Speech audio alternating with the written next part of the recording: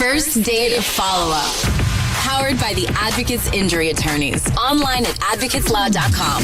Because it's Christmas time, we're counting down the 12 first date follow-ups of Christmas as voted on by you. Yeah!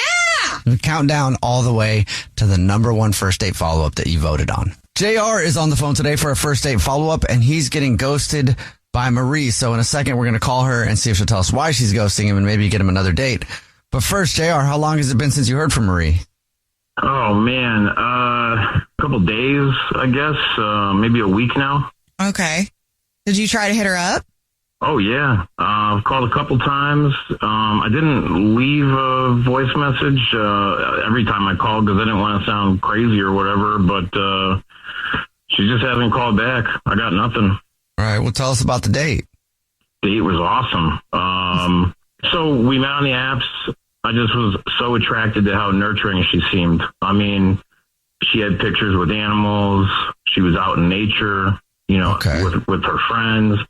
I mean, the second we started talking, it was like, I was telling her about how I always wanted to ride a horse, but I've been like real afraid to try. And she laughed at it, you know, but like it was that cute kind of laugh. And, then she was like really encouraging, and we decided that actually our first meeting would be for me to go horseback riding. Oh, that's a cool first date. Yeah, it is. It's like fun. It was amazing. Like I actually rode a horse.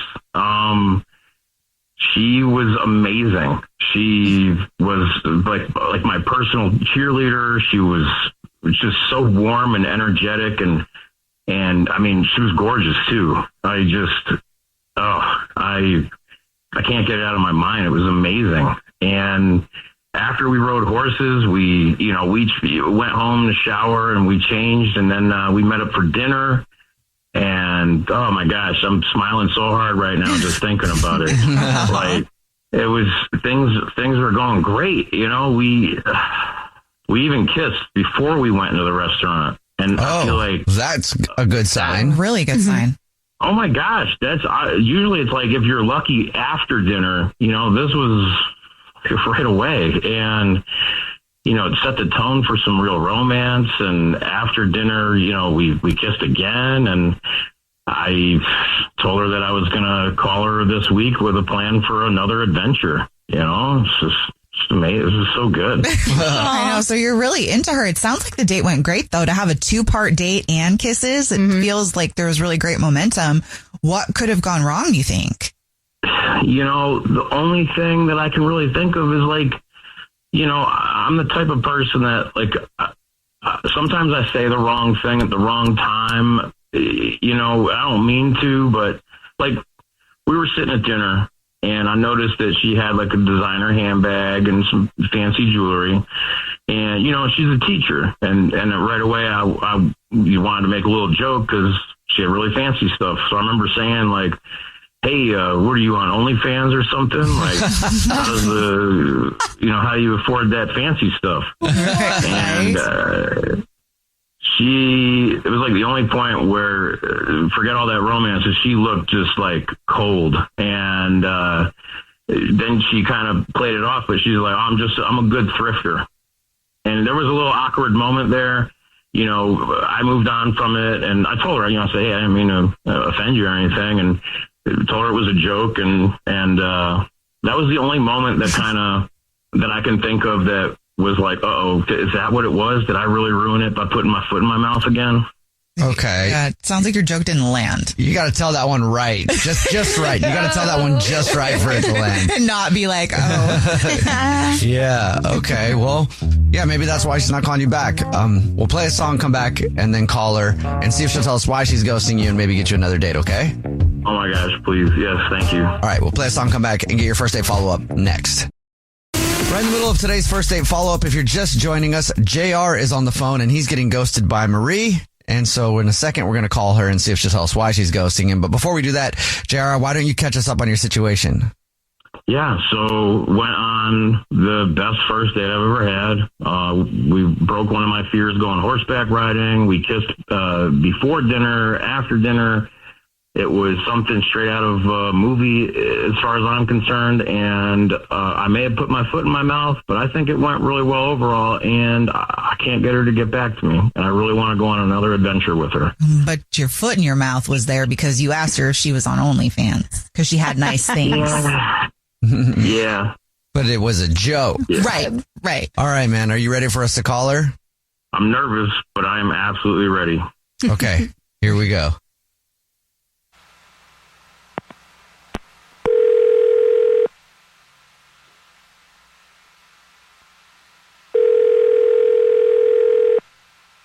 Hello? Hi, may I speak to Marie, please? This is her.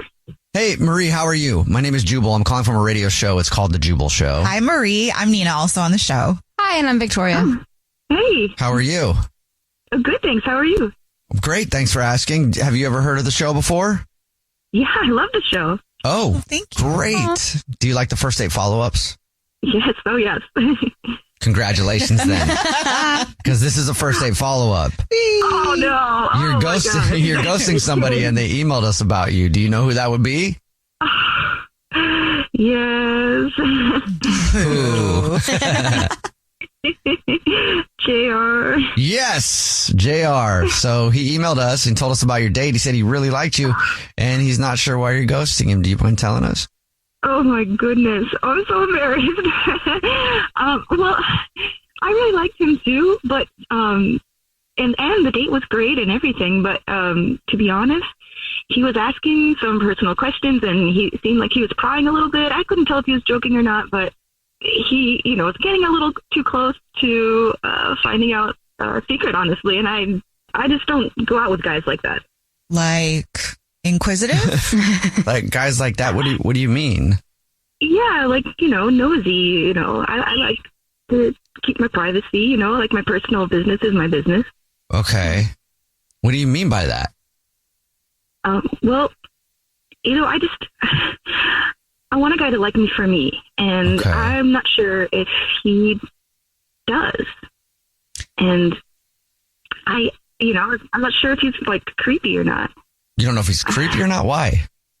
Well, he made a comment about my jewelry and my bags. I mean, I like to have nice stuff, and he asked me if I was on OnlyFans, and it made me think, is that how he saw me? Is that why he's... Oh, so you feel Okay. like he put two and two together and you're usually low key about it. Oh, you probably do have people that want to date you because of that. Yeah, it's happened before, honestly, and I'm pretty sure that's how he knows me. I'm pretty sure he figured it out, and that's why he asked me for a date. Whoa. Wait a minute. So you are on OnlyFans? Marie, that's JR. He's on the phone listening and wants to talk to you. No! Oh, my God. Oh, my goodness. Oh, hi. Oh my gosh, yeah, I swear I did not know you were on there. I was just making a joke. That is a bad time joke. It's a coincidence. Yeah. I thought that you for sure knew I was on, and that's why you asked me out. So you really just saw me on the app and genuinely just wanted to go out with me? Oh, Marie. Yeah, 100%. You seem so sweet. It's 100% for like who you are. Oh my gosh, I'm gonna cry. It is cool that you have an OnlyFans. I mean, I like it. You do? You're cool with it? Yeah, I don't care about that. I'd never judge you for that. I mean, if you want to keep it a secret, maybe, don't bring out the fancy stuff. You know what I'm saying? JR, you were doing so well. This is just another one of those moments. I like nice things. What can I say? Yeah, no, I'm sorry. That was stupid. I was just trying to I danced in person, but you guys can't see that, and it was supposed to be a joke, and I suck at that. But you rode a horse, JR. You did. Yeah, and she was amazing. I never would have done it if it wasn't for Marie. Like it was you were my hero that day, Marie. Oh, it was great. You guys are actually really cute. Thank you. You are really sweet, Jared, and I do really like you. And Marie, would you like to go on another date with JR? We'll pay for it. Really? Yeah, I would love to. Oh my gosh, please say yes. Please say yes. I swear. She did already. Whatever you, I'm not going to tell. Oh, She said yes. Great. That's amazing. Yes. Okay, sorry. Yes. I'm Stephen Curry, and this is Gentleman's Cut. I think what makes Gentleman's Cut different is me being a part of, developing the profile of this beautiful finished product. With every sip, you get a little something different. Visit gentlemanscutbourbon.com or your nearest Total Wines or Bevmo. This message is intended for audiences 21 and older. Gentleman's Cut Bourbon, Boone County, Kentucky. For more on Gentleman's Cut Bourbon, please visit gentlemanscutbourbon.com. Please enjoy responsibly. Hey everybody, it's Chuck and Josh from the Stuff You Should Know podcast, and it's that time of year again when we knuckle down to do our annual holiday episodes. We collected our best past classic holiday episodes and compiled them into a 12 Days of Christmas Toys playlist that the whole family can enjoy. That's right, maybe you missed it the first time we detailed the history of Beanie Babies, Monopoly, or yo-yos, and a whole lot more. So listen to the 12 Days of Christmas Toys playlist on the iHeartRadio app, Apple Podcasts, or wherever you get your podcasts. Hey everyone, it's me, Katie Couric. Did you know that I recently joined Substack? Very exciting. It's where I'll be sharing my unfiltered conversations with the people everyone's talking about. I'll also tell you what I'm reading, what I'm watching, what's making me crazy, and what's giving me hope. If you like deep dives, hot takes, and real talk, you're in the right place. Search Katie Couric on Substack and hit subscribe. I'll be there reporting live, most likely in my pajamas. See you there. I'm Robert Smith, and this is Jacob Goldstein, and we used to host a show called Planet Money. And now we're back making this new podcast called Business History, about the best ideas and people and businesses in history. And some of the worst people, horrible ideas, and destructive companies in the history of business. First episode, how Southwest Airlines used cheap seats and free whiskey to fight its way into the airline business. The most Texas story ever. Listen to Business History on the iHeartRadio app, Apple Podcasts, or wherever you get your podcasts. You know the shade is always shadiest right here. Season 6 of the podcast Reasonably Shady with Giselle Bryan and Robin Dixon is here, dropping every Monday. As two of the founding members of the Real Housewives of Potomac, we're giving you all the laughs, drama, and reality news you can handle. And you know we don't hold back, so come be reasonable or shady with us each and every Monday. Listen to Reasonably Shady from the Black Effect Podcast Network on the iHeartRadio app, Apple Podcasts, or wherever you get your podcasts. This is an iHeart podcast. Guaranteed human. Brooke and Jubal's second date update. A lot of times in dating, you'll meet somebody who's too good to be true. You know what I mean? They have like everything that you want, except there's something wrong with them. I know for me, I met this girl one time, too good to be true. She was not the brightest. Yeah.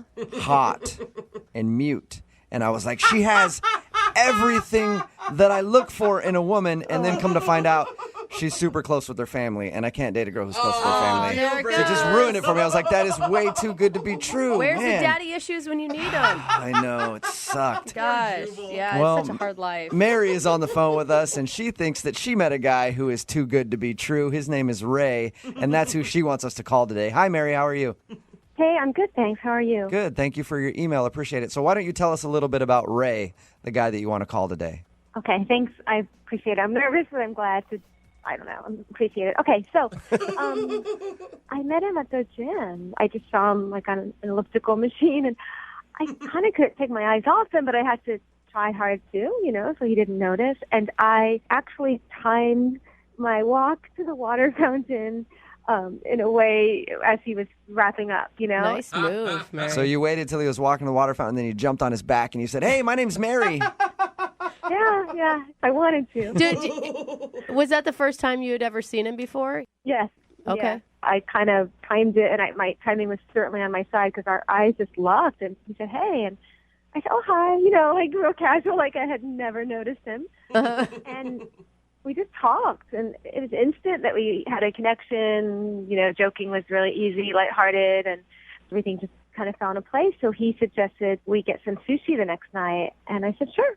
So your email said that you think that he's too good to be true. Why is that? Oh my my God, he is too good to be true. Well, he has a great smile. Like that was the first thing that I noticed. Okay, and I thought, but that's a smile, right? But everything else is in place. He's never been divorced. He doesn't speak badly about women or his mom.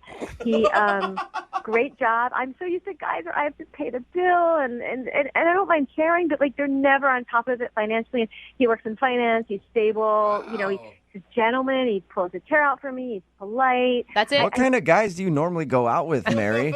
Musicians and guys who are really interesting, but nothing against musicians. I don't mean that, but they're just like people who are, even if they say they work in finance, they're not stable. They're still living at home, or I don't know. They never have enough money. The way that you described everything about him that's good, though, I just picture you out with like guys who have no job that are just like, chicks, right? Aren't they stupid? Hey, pay the bill. I'm so angry about women right now. Well, maybe you don't know what it's like being a woman, but the thing is, when you start dating guys, like, you know, like maybe they've been divorced and they've been so hurt that they can't trust women again, or, you know, I mean, this comes out. And this guy just didn't have any, he's too good. That's what I mean. He's too good to be true. There are no issues. How did the date go? It went great. It was easy again, you know, just talking. Awesome. It just seemed comfortable. And, I mean, he leaned towards me and, you know, he complimented my dress and how I looked. And he saw me in the gym. I was sweatier. And, I mean, I was dressed up more for a date. And he kissed me on the cheek, which is fine because it's the first date. I don't mind that it's not on the lips. I wouldn't have minded if it was, but I don't mind that it wasn't. But it's 5 days later, and there's nothing. And I know he mentioned, I think he did say he was dating other people right now. So something came up, and he's such a perfect guy that, of course, I know he's going to be dating other guys. We're not in a relationship. I get it. I'm saying, don't worry. Oh my gosh, you are a lot right now. Yeah, you can slow down a little bit. Whoa. Why hasn't I? You know, I just thought it worked so well. I thought maybe by the third day I'd get a text about getting together another week, you know? And I apologize if I didn't hear this. You said a lot of words very quickly, and I may have missed it. How long has it been since you heard from this guy? 5 days. 5 days. Yeah, 5 days. And have you seen him at the gym? No. Ask me if I've gone every day. Yes. Yeah, no so kidding. Why do you think he's not calling you back then, if the date went so well? I mean, either it's some horrible thing about myself I don't know, or I'm just in the rotation of all the girls he can go out with, and when it's my turn, you know, after the 10th girl, check in again, because I think he's probably very popular. Okay. Yeah, because he's so good. Yeah, he's not going to ever want for a date, ever. Okay. Sounds like you're in love. Are you in love, Mary? I'm in great like. Put Great it that way. like. Great like. All right. Okay. Well, we'll play a song, come back, call him, and get your second date update, okay? Thank you so much. You're welcome. Hang on. Moving 92.5. Brooke and Jubal in the mornings. Second date update. We're in the middle of a second date update, and if you're just joining us, Mary is on the phone. Today, she wants to call a guy named Ray. They met at the gym, and according to her, she thinks that he's too good to be true. He's everything that she's ever wanted in a man. But it's been 5 days since she texted him, and he has not responded. So we're about to call him, get him on the phone, and find out why he's not getting back to Mary. Mary, I do have a question for you, and I don't want you to be offended by this, but you sound a little obsessed with Ray, okay? Oh, really? It's not necessarily a bad thing. I just want to know, like, on a scale of you want to wear his shirt to sleep at night so you can get his scent to I want to wear his skin every day for the rest of my life. Where do you fall in between that scale on obsession? In the middle. In the middle. Okay, good. That's okay. He's a great guy. You don't find him very often. I'm going to tell you the truth. I think it's perfectly fine to be excited about this guy. Huge crush. I know. And I assume you've done extensive Google searching on him as well. As much as possible. Family has to do that today. It's normal. You didn't find anything weird, though, right? No, nothing. Of course not. He's the perfect man. She Googled his name and a picture of James Bond showed up. That's how perfect of a man he is. All right, well, I'm about to dial the phone number and get him on the phone and find out why he's not responding to you, okay? Oh, God, thank you. I'm so nervous, but thank you. Thank you. Well, just relax. Appreciate your We'll get him on the phone. We'll do this for you. So cute. Awesome. Thank you so much. We're sorry. Obviously, he's not perfect. Oh, my gosh, did he disconnect his number because I texted him? No, I don't. I think I probably dialed the wrong number. Let me try again, okay? Oh my God. Okay. I hope that he didn't, like, cancel his phone because of you texting him. Oh no. That doesn't make sense, does it? No, it doesn't. I think you're okay. Let me just, it's probably my fault. I misdial numbers all the time. I hope.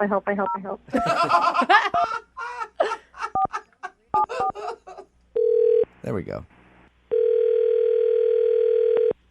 Hello? Hey, I was looking for Ray. Yeah, this is him. Who is this? Hey, Ray, how are you? This is Jubal from Brooke and Jubal in the Morning. I'm sorry, what is this in regard to? It's in regards to a date that you recently went on. Yeah, I didn't sign up for any date thing or anything like that. I know you didn't, Ray. I host a radio show. It's called Brooke and Jubal in the Morning, and you recently went out on a date with one of our listeners, and they asked us to call you. Okay, you're going to have to be a little bit more specific because I go out with a lot of women. Mm-hmm. Okay. Her name is Mary, and you met her at the gym. Oh, okay. I remember Mary. She says that she's tried to reach out to you since your date, but you haven't responded, so she's wondering if she did something wrong. I know it's a weird phone call. It's a segment that we do on our show called the Second Date Update. If you don't call somebody back after a date and they have a question as to why, they'll email us so we can get you on the phone and ask. So we're asking on Mary's behalf if she did something wrong on your date. I mean, we married a nice girl and everything. I just, when you like meet somebody and you just feel like you're out of their league a little bit. I know exactly what you're talking about, Ray. It happens to me all the time. Ouch. So are you saying you don't feel like Mary's in your league or playing on your level? Yeah, I mean, essentially, it was the way, she was looking at me and the way she was talking to me. I felt like I was doing her a favor by going out with her. Whoa, dude. Did you feel that's this a lot way? to say. Did you feel this way before you went out with her, or this happened like you realized that while you were out with her? We were at the gym. I got like this kind of desperate feel, and I was like, she's one of those girls I know I can sleep with if we went out again. So it's like, Why do you think that you can sleep with her? Because she was excited to go out with you? well, I mean, I don't really have a hard time finding women. Usually they just kind of come to me, and if the schedule permits, then Okay. hang out. So would you qualify your date with Mary as a pity date? Yeah, I feel like that's a little harsh. I mean, sometimes you just gotta slum it. You know what I mean? You gotta slum You it? just said that? Isn't that worse than Every once in a while, you gotta give back to charity. Dude, come Wow. on. Why would you even go out with her to begin with? I mean, I don't think you're doing someone a favor by considering them less than you. I'm sorry. I'm really trying not to be mean. That's not what I'm trying to do. It's just that I'm being honest. I feel like kind of doing her a favor, and I thought, why not? I got nothing else to do. I might as well. And, Okay. All right. I appreciate your honesty a lot, Ray. Really? Yeah, I mean, it's hard to find people that'll just be blunt about that kind of stuff. Normally, people always are like, well, I don't know. We just didn't have good chemistry. I think you're an egomaniac who's completely rude. I mean, if you're Jennifer Lawrence, you're not going to go out with some guy that manages a Subway. Like, that's not going to happen. Like, you're going to find someone that's on equal footing with you. And I felt like she's a few steps below me. Okay. Like I said, thanks for your honesty, man. I also have to be honest with you now and let you know that Mary is actually on the phone listening to this. She is? Yeah. Hi, I'm here. Hi. Hi. Hi. Listen, Mary, I'm not trying to be mean to you or anything. I know. I understand completely. You know what? I mean, I get it. Mary. Did you not? As smart as you, and you are a rare catch, and you just know it. Mary, did you hear what he was just saying about you? Did you hear what he was just saying about you? But I don't mind because I can try to be better. I'd rather know, and then I have a goal. I'd rather know that, and then I could try to be better. No, Mary, you love yourself for who you are, and you have some self-confidence and some self-worth. No, I know about loving myself for who I am right now, but we can still always want to improve and hope to improve.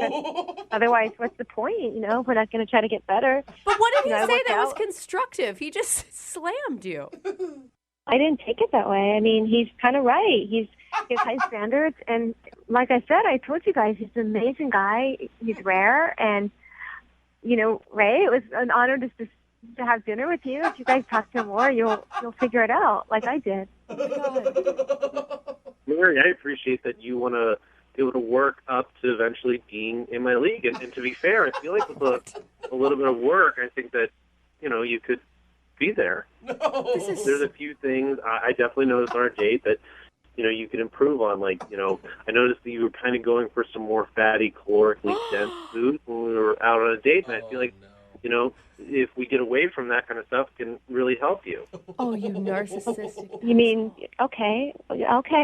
I can work on that because to put me in the level you're in, then it would be my honor to try to do that. No, Mary, are you serious? No, don't do what? But he's right. I don't mind. It's like a parent that loves you and wants you to be your best. They acknowledge the good things you have. No. I do want to be better. I've always wanted to be better. And if this is the way I get, to understand how to be better, then it's a blessing. Mary, you're walking into like a controlling, narcissistic, egomaniac. I have to say something. You guys have been nice to me, but enough's enough. You shouldn't talk about him this way. I know who he is. I met him. You're maybe just jealous. Please stop being so rude to him, or I'm going to have to get off the phone. Mary, I'm sorry we're being rude to Ray. Ray, do you feel like we're being rude to you? Yeah, we're being very rude to him. Yeah, I feel like there's some unfair, jabs being made at me because all I'm trying to do is just make Mary become the really pretty person I know that she can be. Oh, my God. Okay. Mary, I want to shake you. What are you doing? Well, in that case... I know what I'm doing. I'm an adult, and I don't think it's very respectful what you guys are doing. Hey, Mary, it's true. You're an adult. You can make your own decisions. And if you feel like Ray is right and you were out of his league and apparently you want to work on getting into his league, I'll ask the question. Would you guys like to go on a second date? Ray, we will pay for you to go on a second date with Mary if you will accept. Yeah, but I can't promise there'll be another date. After that, okay. Mary, are you willing to give it another try? I hope we have another date, but I think it's just great to have an opportunity to try again. So, yeah. All right. Audition. Well, congratulations, you guys. So sick. We're sending you out on a second date. Ray, I have to tell you, thank you for giving me another chance. I will not let you down. I promise you. I promise I will not let you down. You're welcome. Okay, Think about thank you. how every butterfly starts out in a caterpillar. Brooke and Jubal in the morning. Text in at 78592 that simply says, what the F just happened? It's Brooke and Jubal in the morning. Talking, of course, about the second date update. And this is probably the first second date update we've done where I'm not a fan of either of these people. Yeah, honestly. Good point. Mary is the girl from the second date update. She wanted us to call this guy named Ray. The whole time she was talking about how perfect he was, how amazing he was. She's always wanted to date a guy like this. They ended up going out. He wasn't calling her back. We got him on the phone, and the reason he wasn't calling her back was, well, she's not really on my level. And I sort of went out with her because sometimes you got to slum it. She seemed like a nice girl when I met her, and I figure I'd throw the dame a bone, let her go out with a big fish like Ray. That was his whole attitude the whole time. And I thought for sure, we were going to get her on the line, because she's listening to all this, and she was going to just rage on this guy or end up crying because he was so mean to her. Nope. Yeah. Instead, she was like, Ray, you're just so amazing. I can change. I can be whatever you need me to be. I want to play on your level. I really want to. It is so sad. I just want to, that girl, I just wish there was an injection of self-confidence that you could take, like a shot, and I would give that to her. Yeah. She definitely needs to shower in some Old Spice swagger. Although I did see a text message that came in and says this is totally going to turn on Ray because she's going to end up falling in love with him, stalking him, and then eventually making a skin doll out of him. Yeah, seriously. Here's a clip in case you missed it. Mary, you're walking into a controlling, narcissistic, egomaniac. I have to say something. You guys have been nice to me, but enough's enough. You shouldn't talk about him this way. I know who he is. I met him. You're maybe just jealous. Please stop being so rude to him, or I'm going to have to get off the phone. That was my favorite part from the second date update is how she got mad at us because we were like, dude, you're kind of a douche. Yeah. And she's like, stop talking about him like that. He's amazing. And I will do whatever it takes to be on his level. I've never heard a guy be able to call a girl not on his level. She's a little chubby and eats the wrong foods and probably not hot enough for him. And she's still in the palm of his hands. You know what? How does that So, work? you know what? Actually, probably one of the most successful second dates we've ever done because those two really deserve each other. There's somebody for everybody out there. I guess. date update reminds me of a song that I actually wrote that was very popular in the early 2000s. What? You don't write songs. You guys might recognize it. It went like this. He was a skater boy. He said, see you later, boy. Skater boy's really cool and stuff. Skating around the town, dancing all around. He was a skater. He's cool and buff. Yeah. So you wrote the Avril Lavigne song, but with worse lyrics somehow. Who's Avril Lavigne? Never heard of her in my life. That was a big hit that I had. His name is Josh, and apparently his email said that he met the girl that he wants to call today skateboarding or something like that. What's up, Josh? How are you? Hi, how you doing? Good. Oh, man. Skater boy. Do you like that song that I wrote about you?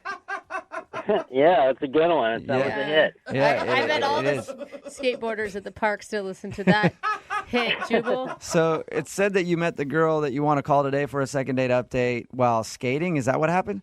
Yeah, kind of. I was at this house party, and yeah, her name was Becky, and I asked her if she liked skateboarding. Oh, okay. Skateboarding at the house party, or? Yeah, like I kind of just like went up. I had my skateboard in my hand, so I just was like, "Hey, you like boarding?" She's like, "Yeah," and I was like, "Well, let's go outside. I'll show you a 360 flip or something." Dude, nice. You started showing off from the very beginning. I'm impressed. Well, I mean, I was a little scared at first, but you know, I just had to be confident. So I just. Yeah, and I liked her. She was a babe. Yeah. Wait, now, was she a babe that also skateboarded, or was she a girl who just happened to like skateboarding because there's cute boys that come along with it? It could be a little bit of both. Maybe she like skated a little bit when she was younger, like hanging out with the boys, and then like, you know, she's just probably, you know, really thinks skateboarding's hot right now because it's pretty big. I mean, it just got in the Olympics. So. Yeah. Okay.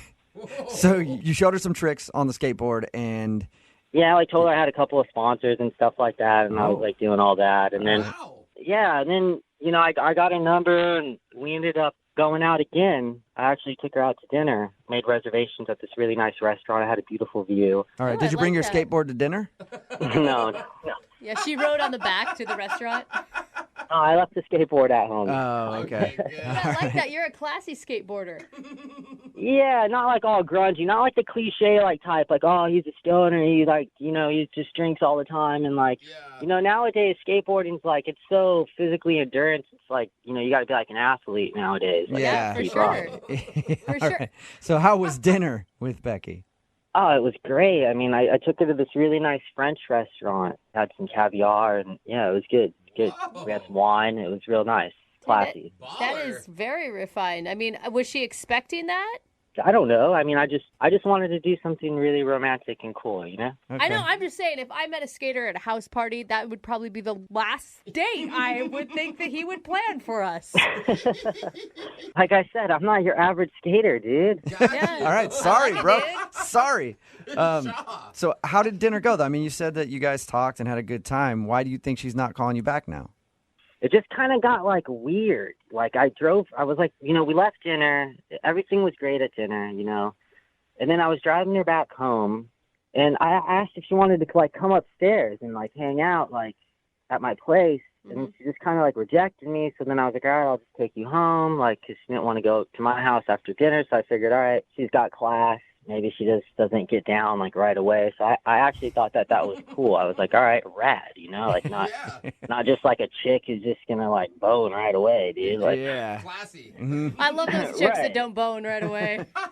Yeah, it just leaves a bad taste in your mouth, you know? Like, once you get something and you know you got it, it's just not even really, like, worth wanting more, you know? It's like, waiting is better. Yeah, okay. So you were probably actually excited about that.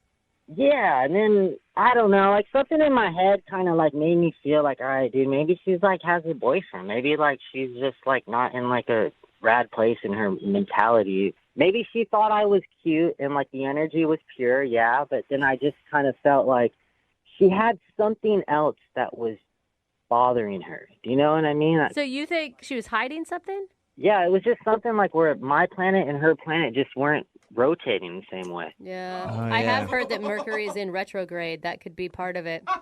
Dude, are you serious? I did not hear that. I don't really know. Who knows, I'm just yeah. making it up.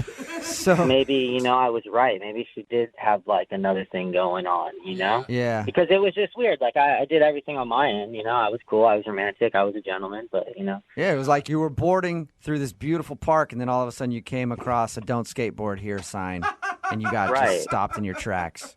Or I just attract chicks that don't like to be treated nice. Who knows? Maybe that's it. You're going to call her and be like, he was just too nice. He was way too nice. All right, man. He was just too damn nice, man. We'll play a song, come back, call her, and get your second date update, all right? Cool. All right, man. Hold on. Moving 92.5. Brooke and Jubal in the mornings. Second date update. Right in the middle of a second date update. And if you're just joining us, Josh is on the phone, and he wants to call a girl named Becky today who's not calling him back after their date. Josh is a skater, like really into skating, sponsored and everything, he says. I have a question for you, Josh, before we get into the second date update. Yeah, what's up? Well, I was trying to figure out, what are girls that follow skaters around called? Like ramp bunnies, or like what's the name? You want a groupie name? They all kind of have groupie names. I was wondering if skaters have groupie names. I mean, yeah, there's a few. I mean, like, you know, we call like the ones that are just lurking at the park, like even if there's like chick skaters or like little kids, but just like little skate rats, just lurkers. Oh, skate rats. I've heard skate rats. All right, little skate rats just lurking around. Yeah, they're the worst. You get in trouble with them all the time. Little kids want free products, and the chicks just like want to kick it, and it's weird, dude. Well, Becky, who you want to call today for the second date update, is obviously not a skate rat because she won't call you back. Yeah, that's what I like about her. She's not just waiting around lurking, just waiting for wanting stuff, you know? Like, that's why I'm bummed I can't get a hold of her. Do you think that there's a possibility that it's, I don't know, it just seems like kind of a double standard. Like, you really respected her for not going home with you because you think that's really classy, but you're the one that invited her home. So maybe she thinks you're not classy. Oh. Yeah, but I took her out to a really nice dinner. Else I could have just boned her at the house party, you know? Yeah, that's true. Let's not throw that Yeah. But I don't think... And I've done all that before. Don't think that I haven't. I've had my fair share of just boning and then bouncing. But then you know what happens? I feel the guilt because the chick gets bummed. Yeah, you feel hollow. It's tough for you, Josh. It's a hollow bone and bounce. And they're like emotional, you know? Yeah. Like, I'll go put all that emotion on a skateboard and make art, you know? Yeah. All right, well, we'll call her right now, see if we can get her on the phone, get your second date update, and if it doesn't go well, take that emotion and put it on the board. That's what I do. All right. I'm going to dial her number right now, man. Here we go. All right.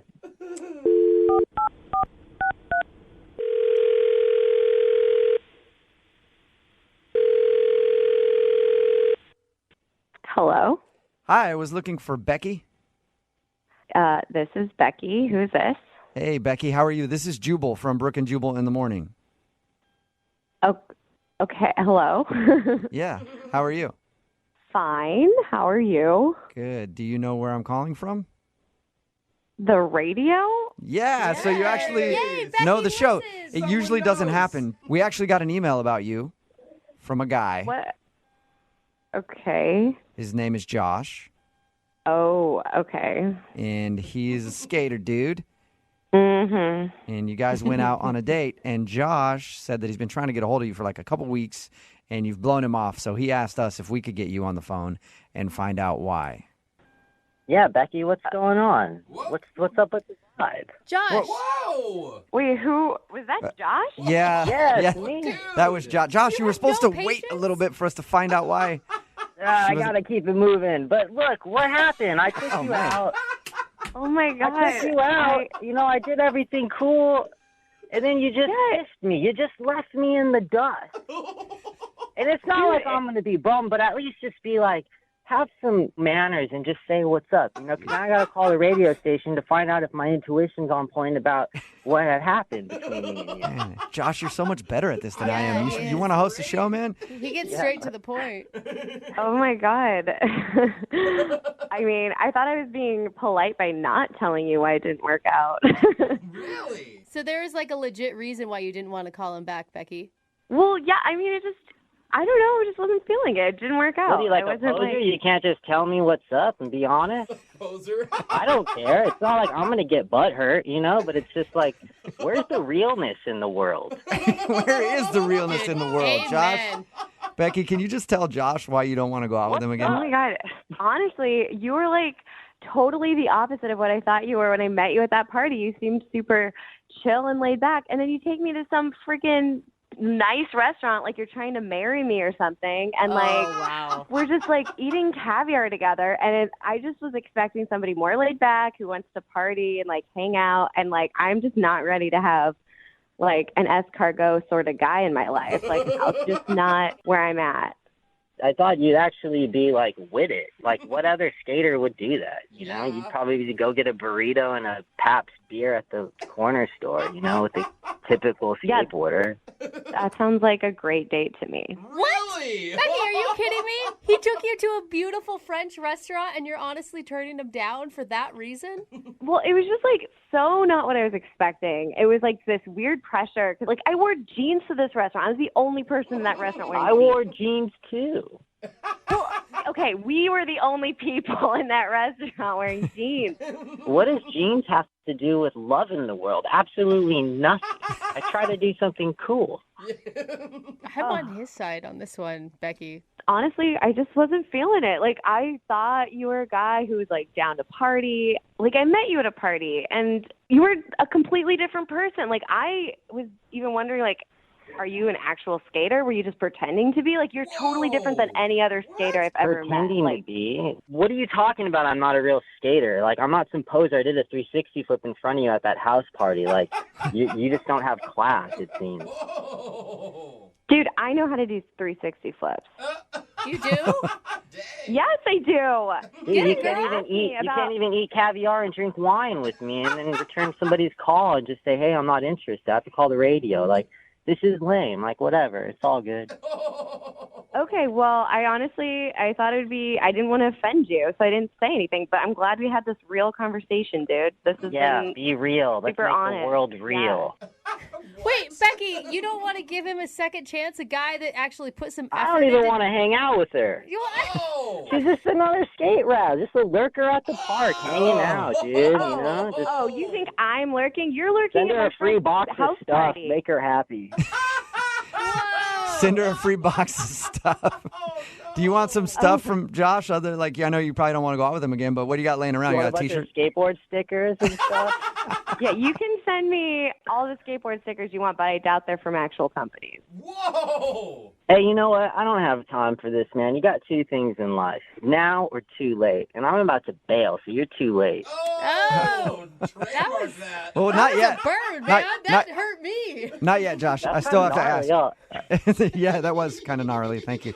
I have to ask, though. Becky, would you like to go out with Josh again for a second date? We will pay for it. I'd rather wait to meet a real skater. Not somebody who's going to, like, pretend to live the skater lifestyle. Like, it's, yeah. Sorry, dude. You're kind of lame.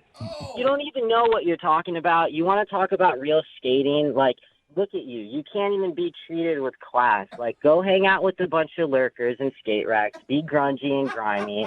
And, you know, go be you and half of the other chicks out there. Because, you know what? That's why you're left with all your emotional BS and no one wants to deal with it. So, wait, I'm the one being emotional? You're the one who had to call a radio station to get You don't even have to tell me what's up. Like, what are you talking about? Oh, What are you talking about? You can't even be real and get on the phone and tell me, hey, I'm not feeling it. Like, you're the poser. What are you talking about? All your projections are yourself. Like, you're burnt. You're so burnt beyond belief. It was so nice meeting you, Josh. It was so nice. Yeah, to meet whatever. Bye-bye. Later.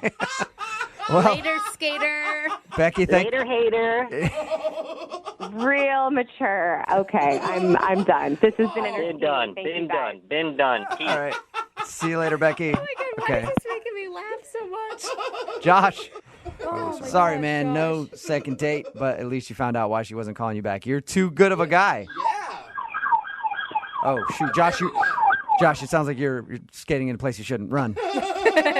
Yeah, I just got to a skate spot, so I'm gonna do some more boarding and film and shoot some photos. I'm gonna keep moving forward. But thank you guys at the radio station. You guys are awesome. Yeah, see you later. Brooke and Jubal in the morning.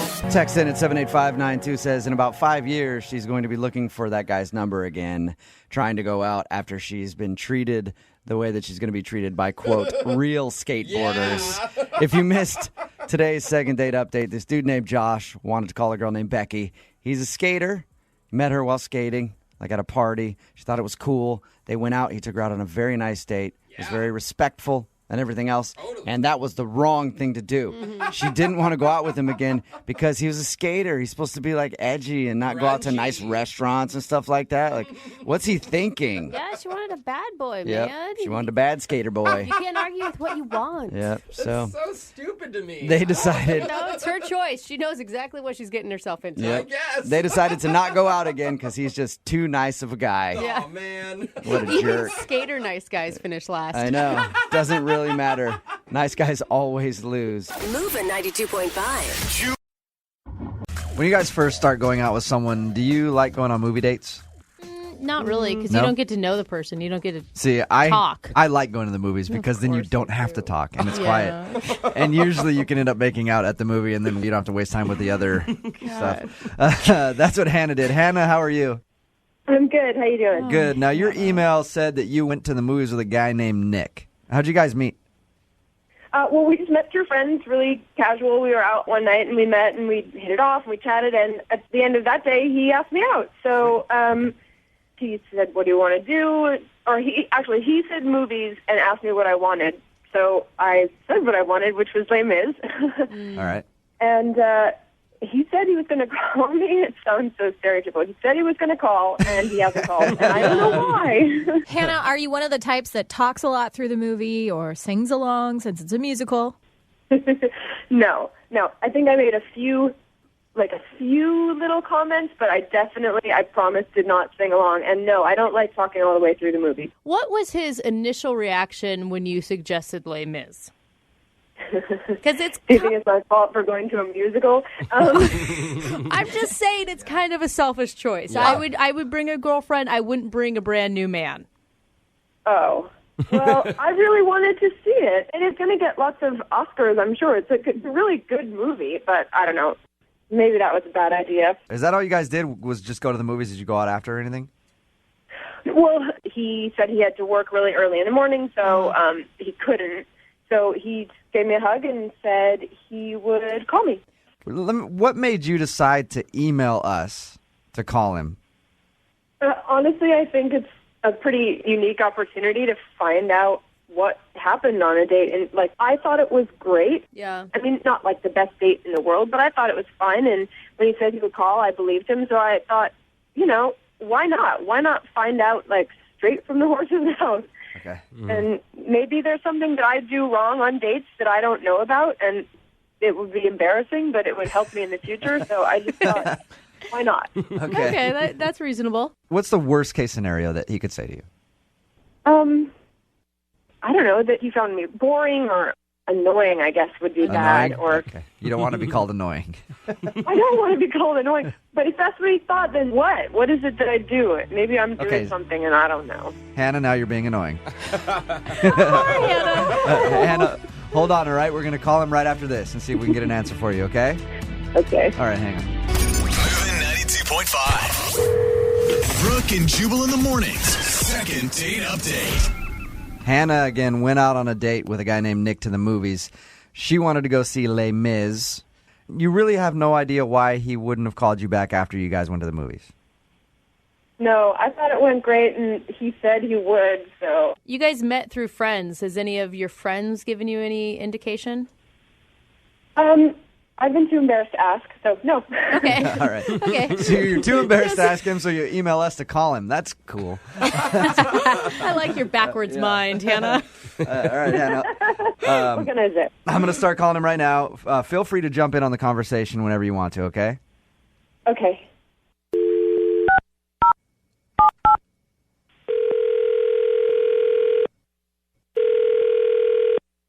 Hello? Hey, I was looking for Nick.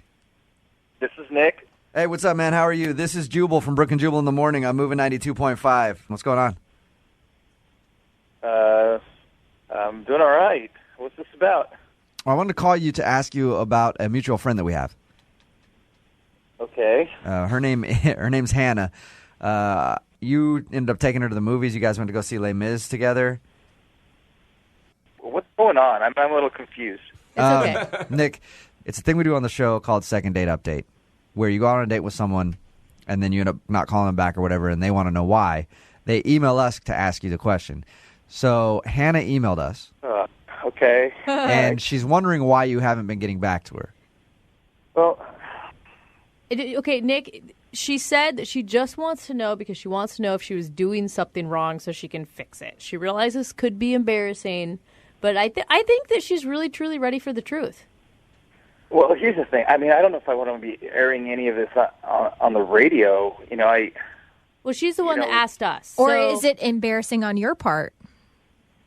Well, no, I'm not. I'm not embarrassed about something that I did. I'm just trying to be a nice guy. I mean, I don't want to be talking about somebody else, and I mean, the whole world doesn't need to hear about it. Nick, Hannah's on the phone right now. Hello. Surprise. This is not awkward now, is it, at all? Yeah, jeez. If you don't believe us that it's okay for you to say what happened on the date, I'll just have Hannah ask you. Hannah, go ahead and ask him why he hasn't been getting back to you. Okay. Nick, why haven't you called me back? What happened on the date? Did I do something wrong? I don't know if I could say you did anything wrong, really, but it just did work for me. Wait, what didn't work? What didn't work? Can you be specific? Okay, so here's the thing. You're a little bit of a hypochondriac, okay? When we got into the theater, like as we're going in the main doors, you put on that latex glove to open the door. What? And I'm going, okay, well, It's flu season. Hannah? I don't have the flu. I'm taking care of myself because there's like a new flu out that can live on surfaces for 8 hours. It's crazy. Why would I touch a public door? That all right, okay, so I can see that. But explain this one, okay? Because this one is the one that really threw me for a loop. Remember when I pulled away and I went to go get some popcorn? I came back to the seat and look over and you pull out this little plastic thing. You pull out your fork and you your fork in the popcorn to eat the popcorn. And remember when I asked you why you're doing that, you said it's because I didn't want to touch the popcorn that you touched. Is what your answer was, and I'm going, I don't see how this could work. All right, I'm going to stop you guys right there. Hannah, are you a germaphobe? No, I mean, I'm just taking care of myself. Like, they teach you hygiene in school, and my whole family, we've always done this. Like, we take care of ourselves. I guess some people don't take care of themselves, so I guess... I don't eat popcorn with a fork. I'm sorry. Yeah. Any idea how germy movie theaters are? Think about how many thousands of people go in and out of those. The buckets they store, I don't want to touch that. I want to know from Nick, are you just opposed to dating someone who has OCD? Well, I mean, I almost feel like if I were to spend time with somebody like that, eventually I'd feel like the only way I could feel comfortable without being questioned about my process is to show up in a hazmat suit. Or, Nick, you could have the cleanest apartment on the planet because maybe Hannah would like to clean it for you. It's not bad being cleaner, and it's not bad taking a little more care, and, I don't know. I don't think Hannah thinks that she has an issue. But, Nick, is it too much for you to get over? I mean, you obviously liked her a lot. No, she's a cool girl, but You know what I think? I think that going to the movies was the wrong idea. It was a really public, really gross, germy place, and we didn't really get to talk. Honestly, I think that we made a mistake going to the movies, and we should go somewhere where we can talk, and that I already know is really clean. All right. It's clear that Hannah wants to go out again. Nick, we always offer up a second date at the end of these. We'll figure out a place you guys can go that has been wiped down of any germs, completely deloused. But we'll send you guys there. We'll pay for it. Would you go on a second date with Hannah? This is a really hard one for me because, like, after that experience, I mean, all I can picture is, sitting down with her.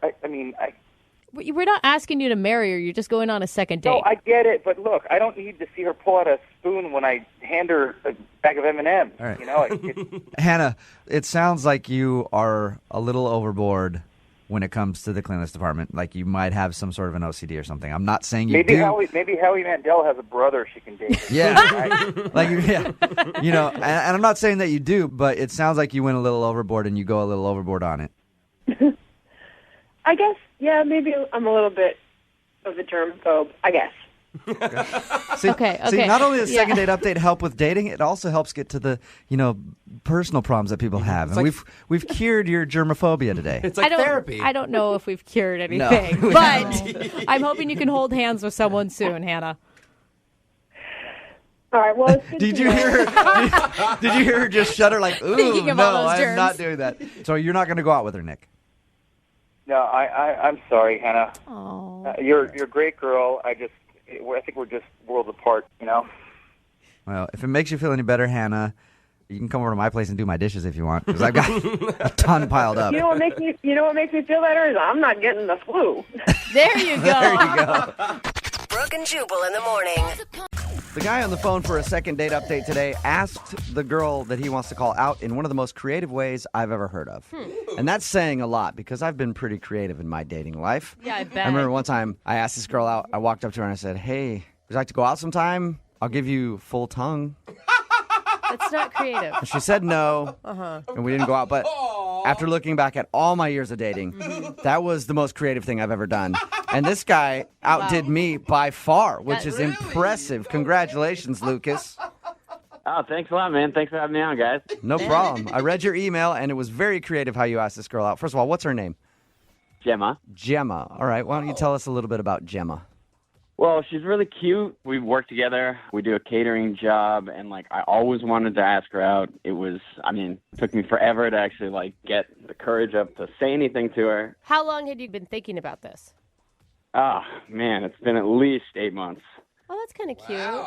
What'd you like so much about her? She's one of those girls that's kind of, cute, but she doesn't know how cute she is, Okay. So she's cute. Very cute. Oh, my God, she's so cute. Cutest. Wow. Okay, so Got that part. what finally made you go, I'm going to ask her out? If you've been thinking about it for 8 months. It's been 8 months. I just basically looked myself in the mirror, and I was like, you know what? If I don't do it now, I'm never going to do it. Okay. So did you actually do something creative, or did you do something like Jubal described? No, I think I did something pretty creative. Okay. So one night we were working together on this job, Mhm. and we had all the food set up, and it's right before the event starts. And I said to her, "Will you please look over there, because there's this one special order that I don't want to screw up." Right? So she walks over there. My heart's thumping. Mm-hmm. She pulls up the lid of the dish, and underneath I had written, "Will you go out with me in spaghetti?" Oh, that's kind of That's cute. creative. You asked a girl out in spaghetti. I've never heard of that before. Right? What was her reaction? Well, I didn't know because I went in the other room and I started working these tables and stuff, and I'm thinking about it the whole time. And she doesn't say anything until the end of the night. We're cleaning up after everybody, and she comes up to me and she's like, "Did you write, 'Will you go out with me in spaghetti?'" And I was nervous because I thought that she didn't like it, but she says, "Did you really mean that?" And I said, "Yeah." So then we made plans to go out. Awesome. Okay, so it did work. Yeah, the spaghetti ask out actually worked. All right. So there's a lesson that a lot of dudes can learn out there. If you're having trouble asking a girl out, use some spaghetti. The spaghetti ask out trick brought to us by Lucas. What'd you guys do on your date when you actually went out? Well, the next night, we're catering a job, and she was actually talking to me a lot, getting a little bit flirty, giving me the eyes. You know how it is. Okay, so she's excited, obviously, about this date. Yeah, things are going great. And then after we're cleaning up, she said, "Do you want to do something?" And I was like, "Of course." You're like, "Yeah. Didn't you read my spaghetti letter, you idiot?" I'm telling you guys, people underrate the spaghetti. Oh, I dig it, man. So did you guys hang out that night? Yeah. So we finished up the job. I take her out to my car. I was like, "Well, why don't you come back to my place? I'll make you some food. We'll have some wine, do that kind of thing." And she agreed. So we drive over to my place, and I actually made her, can you guess? Spaghetti. Spaghetti, yeah. All right, now it's getting a little old, Lucas. I'm not going to lie. It's a little overkill now. Yeah. Know when the joke should end. She really liked it, though. Okay. Oh, good. And it was good wine because it was from the catering company. Oh. They're not listening in. So you mean you stole the wine? Is that what you're saying? I borrowed, stole, who's keeping track? Right. Okay, so you guys shared spaghetti and some stolen wine from your job. romantic. Yeah, I guess you could say that. You know that she knows that you stole it from the catering company, right? I mean, she works for the same company. It's not a mystery where the nice bottle of wine came from. Yeah, sure, she knew where it was from, but it's cool. We all do it. It's one of the perks of the job. Yeah, right? Was it also leftover spaghetti that you were serving her from the catering? No, I made the spaghetti that night. Okay, fresh spaghetti, old wine. Got it. So how did the date go, though, when you guys were actually having dinner and stuff? We actually didn't even get to dinner because things started heating up. We started, making out a little bit. Wow, right away. Yeah. Hey. But then, a little bit into things, she started getting a little weird. How so? Well, she just kind of pulled back and then started being a little bit distant. And she said that she thought we were going too fast. And I was like, what? Oh, maybe that's not weird. Maybe she just thought you were going too fast. I don't. I've never had a girl tell me to slow down before. And then she just says to me, you know what? I don't know if it's best that I stay. Whoa. Wow, okay. And that hit me like a ton of bricks. Did you cry? No, I didn't cry, but, I was upset. I wanted to go over to the spaghetti and write, no, please. I think that's the way you should have just communicated with her the whole time was via spaghetti noodle. So did she leave right after that then? Yeah. We work at the same place. We do all these same jobs together, and it's been incredibly weird. There's this weird vibe going on, and I don't know what to do. I actually feel bad for you. Like 8 months, you're building this night up in your head. It's finally going exactly how you imagined it to, and then everything is apparently falling apart. Thank you. Have you tried to talk to her about this? I've tried. I mean, I try and talk to her at the job. She just walks into the next room. I'm texting her. I'm calling her. And she never responds to anything. And you were respectful when she said she wanted to slow down. You said, yeah, that's fine. That's cool. We can do that. Yeah, and I was totally cool with that. I thought, maybe we are taking things too fast. All right, well, we'll play a song, come back, call her, and get your second date update, okay? All right, thanks a lot, you guys. Yeah, man, hang on. Moving 92.5. Brooke and Jubal in the mornings. Second date update. If you're just joining us for today's second date update, Lucas is on the phone, and he wants to call a girl named Gemma today. They actually started making out 20 minutes in to their first date. Yeah, get it. But now she's not calling him back, and he doesn't know why. And he asked her out in one of the most creative ways I've ever heard. He asked her out with a plate of pasta. Yes. They both work at a catering company, and one night when they were working together, he spelled out, "Will you go out with me?" in spaghetti. Aww. And she eventually said yes. But now, like I said, she's not answering any of his phone calls, and she's kind of ignoring him at work. Lucas, what I think you need to do is go beyond words now at this point. What do you mean by that? Well, the pasta thing works so good for you, right? You got a date. Yeah. I think you should do it again. But this time, don't spell anything out. Just get a hot dog and a bun. And maybe a couple of meatballs, and place them all appropriately on a plate and show that to her, and she might be down to go out with you again after that. I should have called you before the first time. Yeah, See? no kidding. I got all the tricks, man. I got all the tricks. Yeah. Especially since she said that she thought that they were moving too fast. That's not too fast at all, Jubal. We'll call her right now and see if we can figure out why she's not calling you back, okay? Okay. All right, here we go.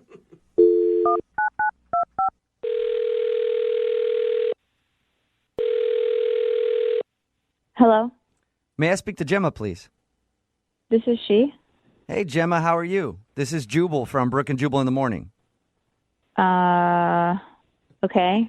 You work in catering, so I'm guessing you're not up early in the morning. Well, how do you know that I work in catering? I kind of know a lot more than you think I know about you, Gemma.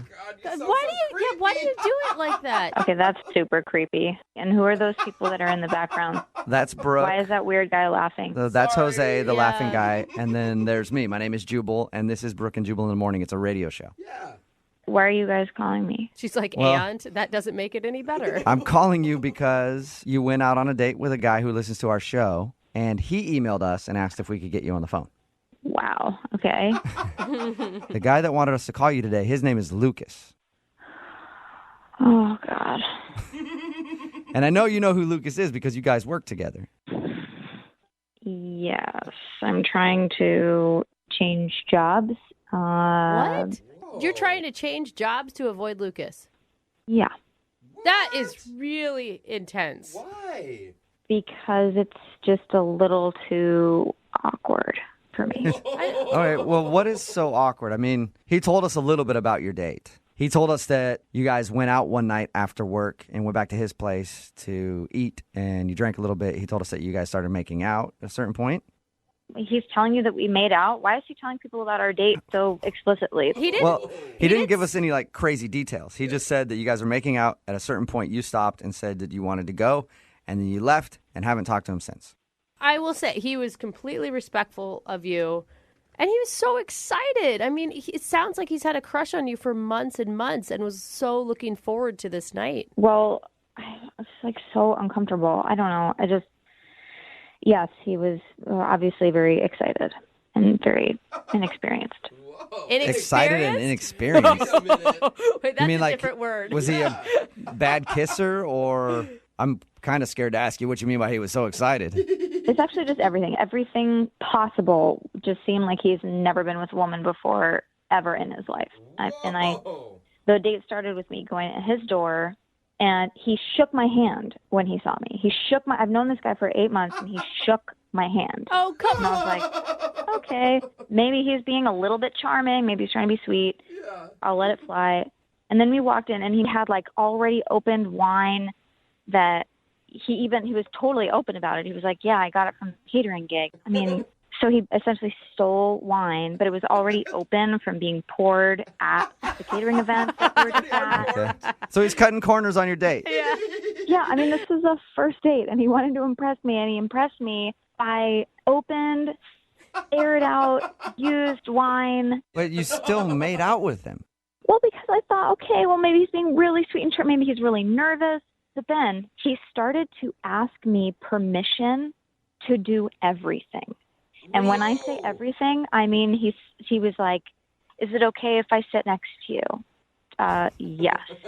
Is it okay if I touch your hand like this? Can I just put my hand on your hand? Weird. Oh, that's weird. I mean, everything. So imagine, like, can I kiss you right now?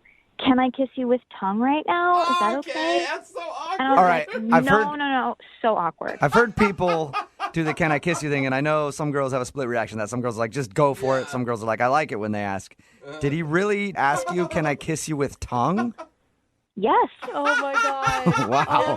Can I use my tongue? Did you just... Can I use my tongue? Was that the final question that made you stop saying yes? The final question, which was the total, I mean, it should have been, can I kiss you with tongue? But it was, can I grab your boobs? Okay. Like, quote unquote, grab your boobs. Can I grab your boobs? Not like, ooh, let me see them, but nothing like cool, dirty. It was like, can I grab your boobs? Grab your boobs. Wait a minute. And then I just had to dip out. I mean, it was so terrible. I can understand how that would be awkward to ask everything. The most. Can I ask you something? Sure. Okay, I just need your permission. Is it okay if I let you know that Don't even. Is it okay if I let you know that he's on the other line listening right now and wants to talk to you? Are you me right now? No, I'm not. Lucas? Gemma, Oh, my God. I didn't ask you permission to do every single little thing. I mean, you're going a little overboard here. Really? Yeah. Listen, you don't just want to dive in. You know, I want to make sure that you're okay with things. No, Lucas. If you were to ask me one time, can I kiss you right now? That can be still sexy, but it's not sexy when you ask about everything. I mean, you were asking about sitting next to me, holding my hand, topics of conversation. I was trying to take it slow. I didn't want to put you off or make you feel uncomfortable or anything. Look, if there's anything that we get from this really inappropriate and awkward phone call right now on a radio show, it's that you should never ever do that again. Well, how do I know if it's okay to touch your boob if I don't ask you? Oh, sweet. I can't even believe you're asking me that question. No man has to ask that question. Guys, stop dogging on Lucas so much. He's trying to be respectful of you, Gemma. He should stop trying. I get that he's trying to be respectful, but at a certain point he needs to pick up on the cue that it's just not working. Hey, if I remember correctly from that night, you were saying yes to a lot of things. Good point.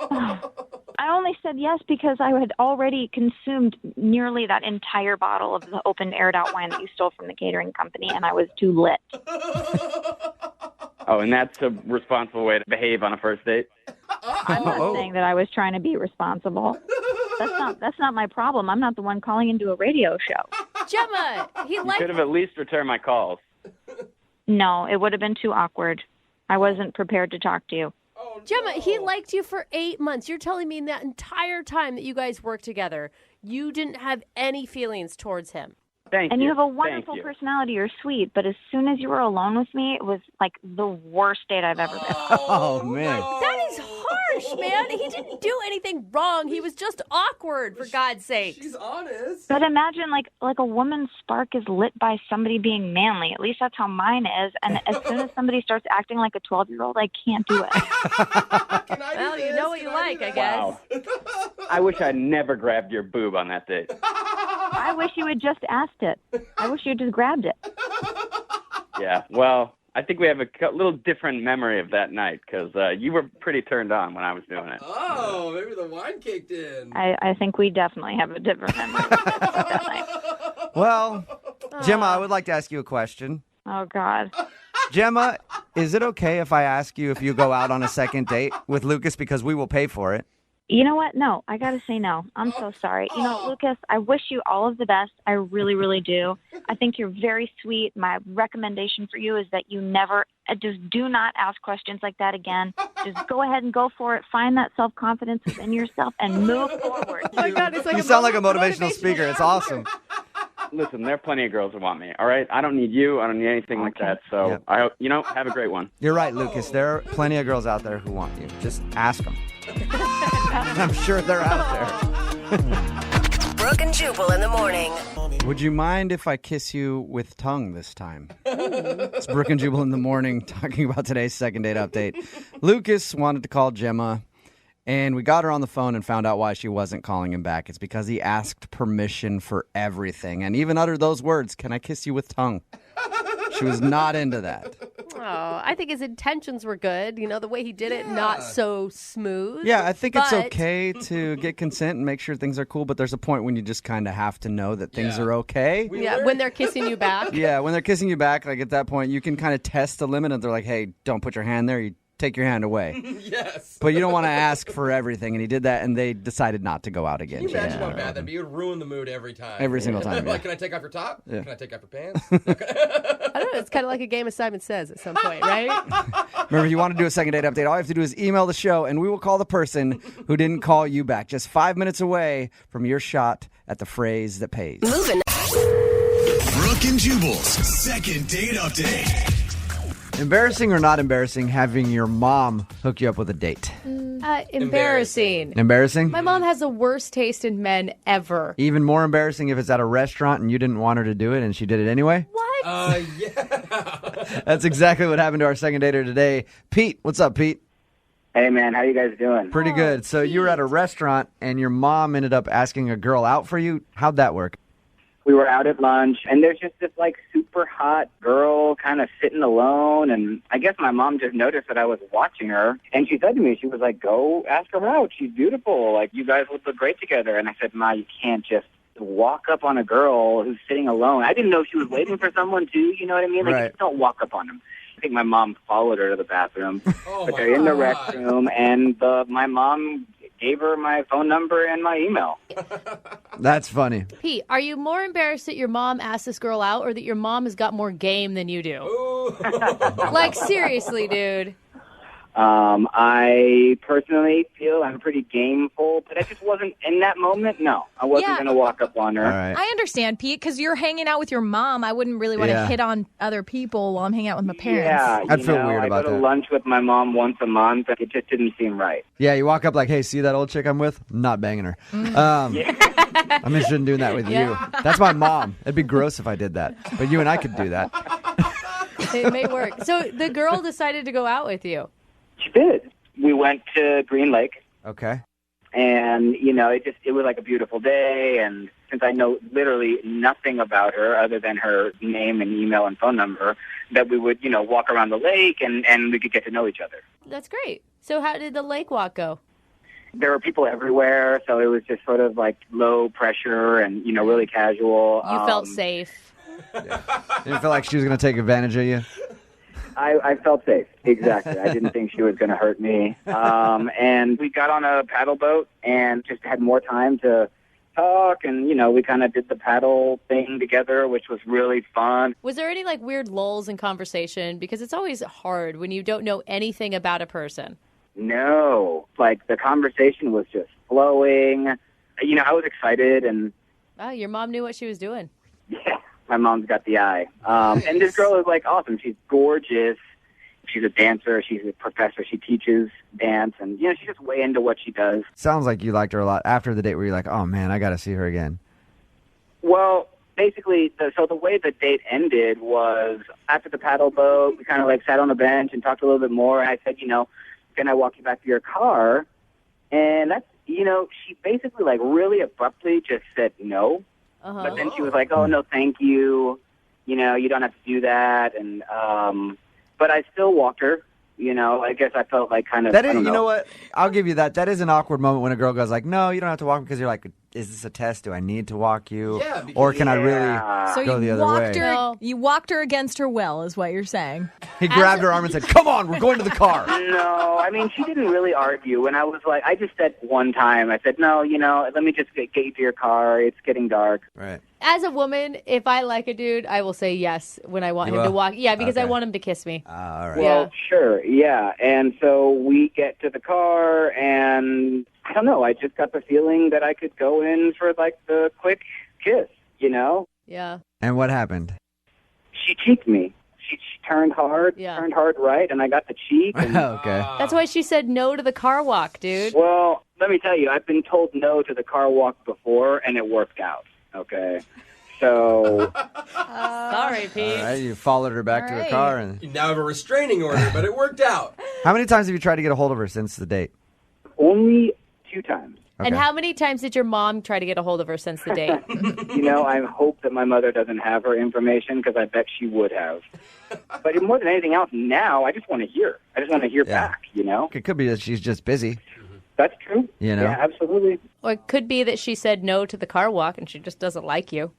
Whoa. I'm just saying. All right. Why don't we Trying to just help stomp you. on his heart right now, Yeah. Brooke? I was trying to find the positive in that, but apparently in Brooke's life there is no positive. All right, Pete, we're going to play a song, come back, call her, and get your second date update, all right? All right. All right, man, just hold on the phone. Moving 92.5. Brooke and Jubal in the mornings. Second date update. Okay, Pete, do we have your mom's permission to do the second part of your second date update? Yes, you have my mother's permission. If you weren't listening to the first part of the second date update, Pete's mom actually set him up with a girl named Laura, and they went on a date, walked around Green Lake. When he walked her to her car, he went in for the kiss. She turned her head and would not let him kiss her. We're going to call her right now. Do it.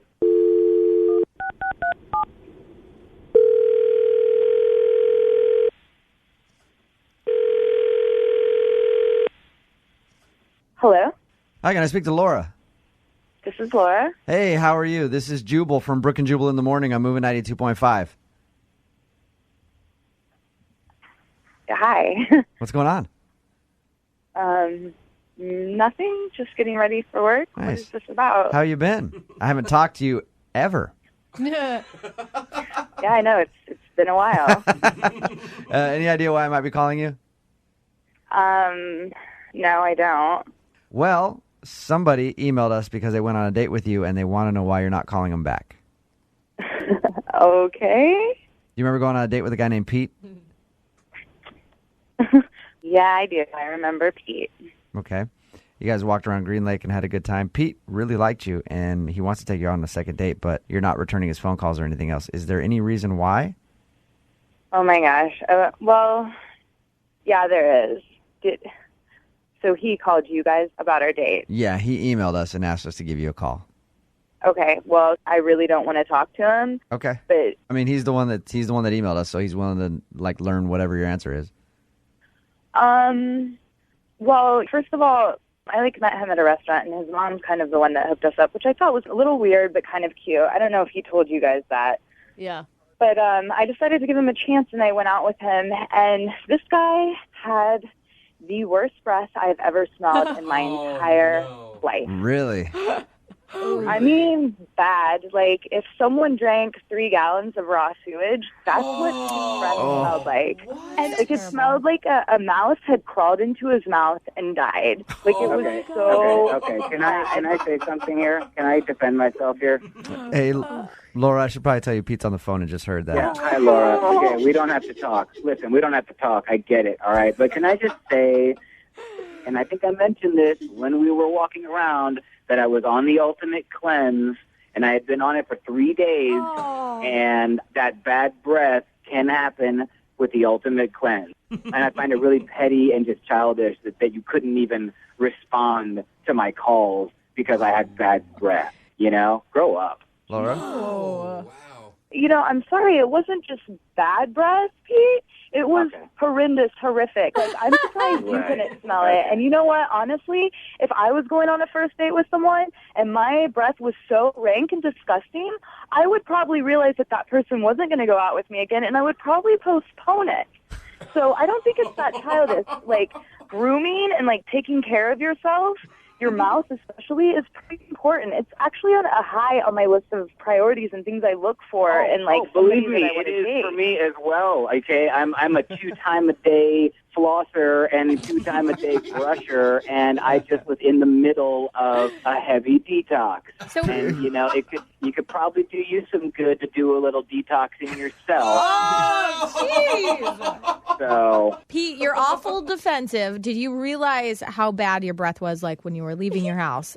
I mean, I've done a few different cleanses before. I know what can happen everywhere. It's not just your breath. Okay. You know, things come out of all kinds of parts of your body. Too much. Laura, I want to know, because your whole date was just talking.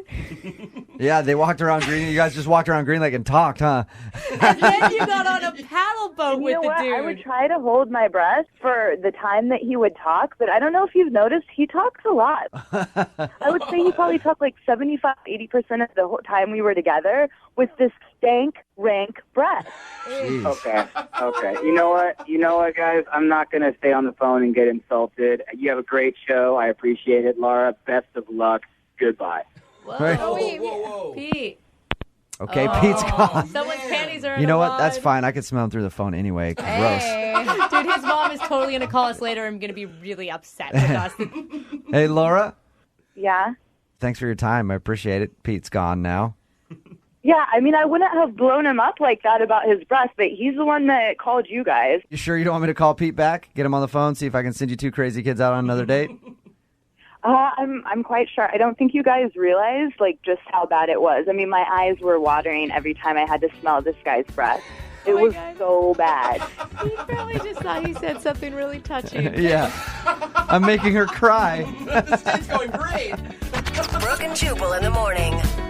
One of the best things that you can do on a first date is take a girl that you don't even know down a remote road where nobody's at. No. And it's just you two together. No. That's the most romantic thing that I can think of. If you want to get maced, maybe. That's what Kenny did on his first date. What? Yeah. So you guys say that now. You say, oh, that sounds super creepy, but that's what he did. He took her hiking. It's Oh. That's not the same Exactly. thing. Yes, it is. It is No, the it is exact not. It really is. I never thought of it like that. That's what Kenny decided to do on his first date with the girl that he wants us to call today. I don't think it was as creepy as I made it sound. Yeah. Unless you want to correct me on that, Kenny. No, I mean, it was definitely not that creepy. Okay. All right, just checking. I don't know. You know, you said you took her hiking in your email, so that's all I thought about. Maybe I'm the problem here, Kenny. Really? So Maybe. tell us a little bit about the girl that you want us to call today. We know you took her hiking. We'll get into that in a second, but where'd you meet her? I met her out at a bar. We have some mutual friends, and all I heard was that she was recently single, and I was interested, and I asked her out. Was it like a setup thing where your friends are like, hey, this girl, she's single, come to the bar, she's there too? No, not really. I mean, we all just happened to be in the same place at the same time, and I just found out she was single. So. Okay. And that's when you said, hey, do you want to come down a dark road with me tomorrow? Yeah, that's not exactly how I said it, but yeah, I did ask her to go hiking. Okay. And why hiking? I think that's a fine first date. I think a lot of people would like that, but why choose hiking instead of meeting up for coffee or food or I whatever? love the outdoors. I love living up here, And I just think it's a great first date activity. I mean, one that's like you relieve stress, you kind of relax. 2, you're definitely in beautiful nature. Mm-hmm. And for me, the other thing is it's free. That's another very good point. Bonus. Yeah, it is free. Kenny, do you know, is she an outdoorsy person too? Because I know girls sometimes love it or hate it. She was into it. I mean, she was certainly keeping up with me on the trail. She didn't complain. Yeah. Nice. See, that's the best part when you're in better shape and you get like ahead of them and you're just like, hurry up! Come on! Is this your first time? That's always fun to do too, Yeah, if they're lagging behind, I normally get, a little concerned, but she was keeping up. Okay. And I hike quite a bit. There's a lot of time for conversation or lack thereof. Was it easy to talk to her? It was. I mean, I thought she was really funny, and I've been on a lot of dates where you just go out and have drinks, and I don't know. I never really know what's really happening or what's the liquor talking or whatever. And up there, it's just like you're away from it all. Yeah. And she was funny and had a great time, I thought. So she's obviously not calling you back. Did anything happen on the hike at all? Was there any awkward moments? Not that I had noticed. The only awkward moment I noticed was afterwards. We went down and we went over to this grocery store to get some water, and we were just kind of hanging around. And I was like, you know what? I'm a pretty good chef. I like to cook a lot. And I was like, now that the hike went well, maybe I'll make her dinner or something. So I said, hey, can I cook you dinner tonight? Thinking we'd still go out. It's a Saturday. Right. Mm-hmm. And she just sort of responded with, no, I have to get up early. I'm like, well, do you work tomorrow? She goes, no, I just have to get up early. I'm like, well, tomorrow's Sunday. Okay. Really bummed me out. Did she seem upset about something? No, I mean, if anything, she's like, we'll do it some other night. And I was like, great. I mean, we didn't make any specific plans, but I don't know. It just seemed weird, and that's why I called you guys. Especially if you felt like you had a good time, and for her to just be like, no, I got to get up early in the morning on a Sunday. No excuse. And no excuse. Like, nothing good to say about, like, yeah, I have to get up early for church, or I have to get up early for anything. I mean, And there's not a woman that I know that would say no to a man cooking them dinner. Yeah. It's a very rare offer. Right? I mean, I know, I'm like, that's my thing, I'm a good cook. She just wasn't into it, or I thought. I'm not really sure what she was thinking. How many times have you tried to get a hold of her since your date? I texted her Sunday, kind of like had a great time. I called her Sunday, told her I had a great time. Let me know when we can get together again. No response. And then I texted her on Tuesday. Okay. And that was a while ago. And how long ago was your date? It was a couple weeks ago. All right, so that's a long time to not hear anything from her. Yeah. All right, man, we'll play a song, come back, call her, and get your second date update, okay? All right, thanks a lot. All right, man, hang on. Moving 92.5. Brooke and Jubal in the mornings. Second date update. All right, Kenny, are you about ready to give Alexa a call and find out why you're not getting a call back for a second date? Let's do it. All right, if you're just tuning in, Kenny took Alexa on a hike. After the hike, they were at the grocery store to get some water and stuff, and he said, hey, why don't I make you dinner tonight? And she said, no, I have to get up early. And he hasn't heard from her since, so he's wondering what went wrong on their date. And Kenny, I didn't ask you, at any point during your date, did you show her your junk? No, didn't happen. No. Hey, you're on a hike, and that's kind of, standard operation for me when I'm on a hike. I know that. Last time I was on a hike, I got junk thrown at me left and right just from random people out there. So, but I'm just making sure because actually that seems to happen a lot in second date updates. We call and they're like, oh, yeah, they decided to show me a picture on their phone. You never did that move at any point. No, didn't pull that one. Okay. Not even like peed on a tree or anything when you're out there. No. Nothing? All right. All right. Well, I'm going to dial the phone number, see if we can get her on the phone and get your second date update, okay? Okay. All right, here we go, man.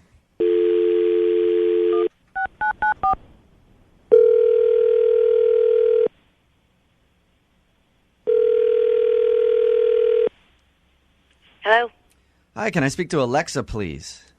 this is. Alexa, how are you? This is Jubal from Brooke and Jubal in the morning. What's going on, Alexa? Okay. All right. The reason why I'm calling you Alexa is because one of our listeners emailed us about you. His name is Kenny, and you guys recently went on a date. And he emailed you about it? Yes, he did.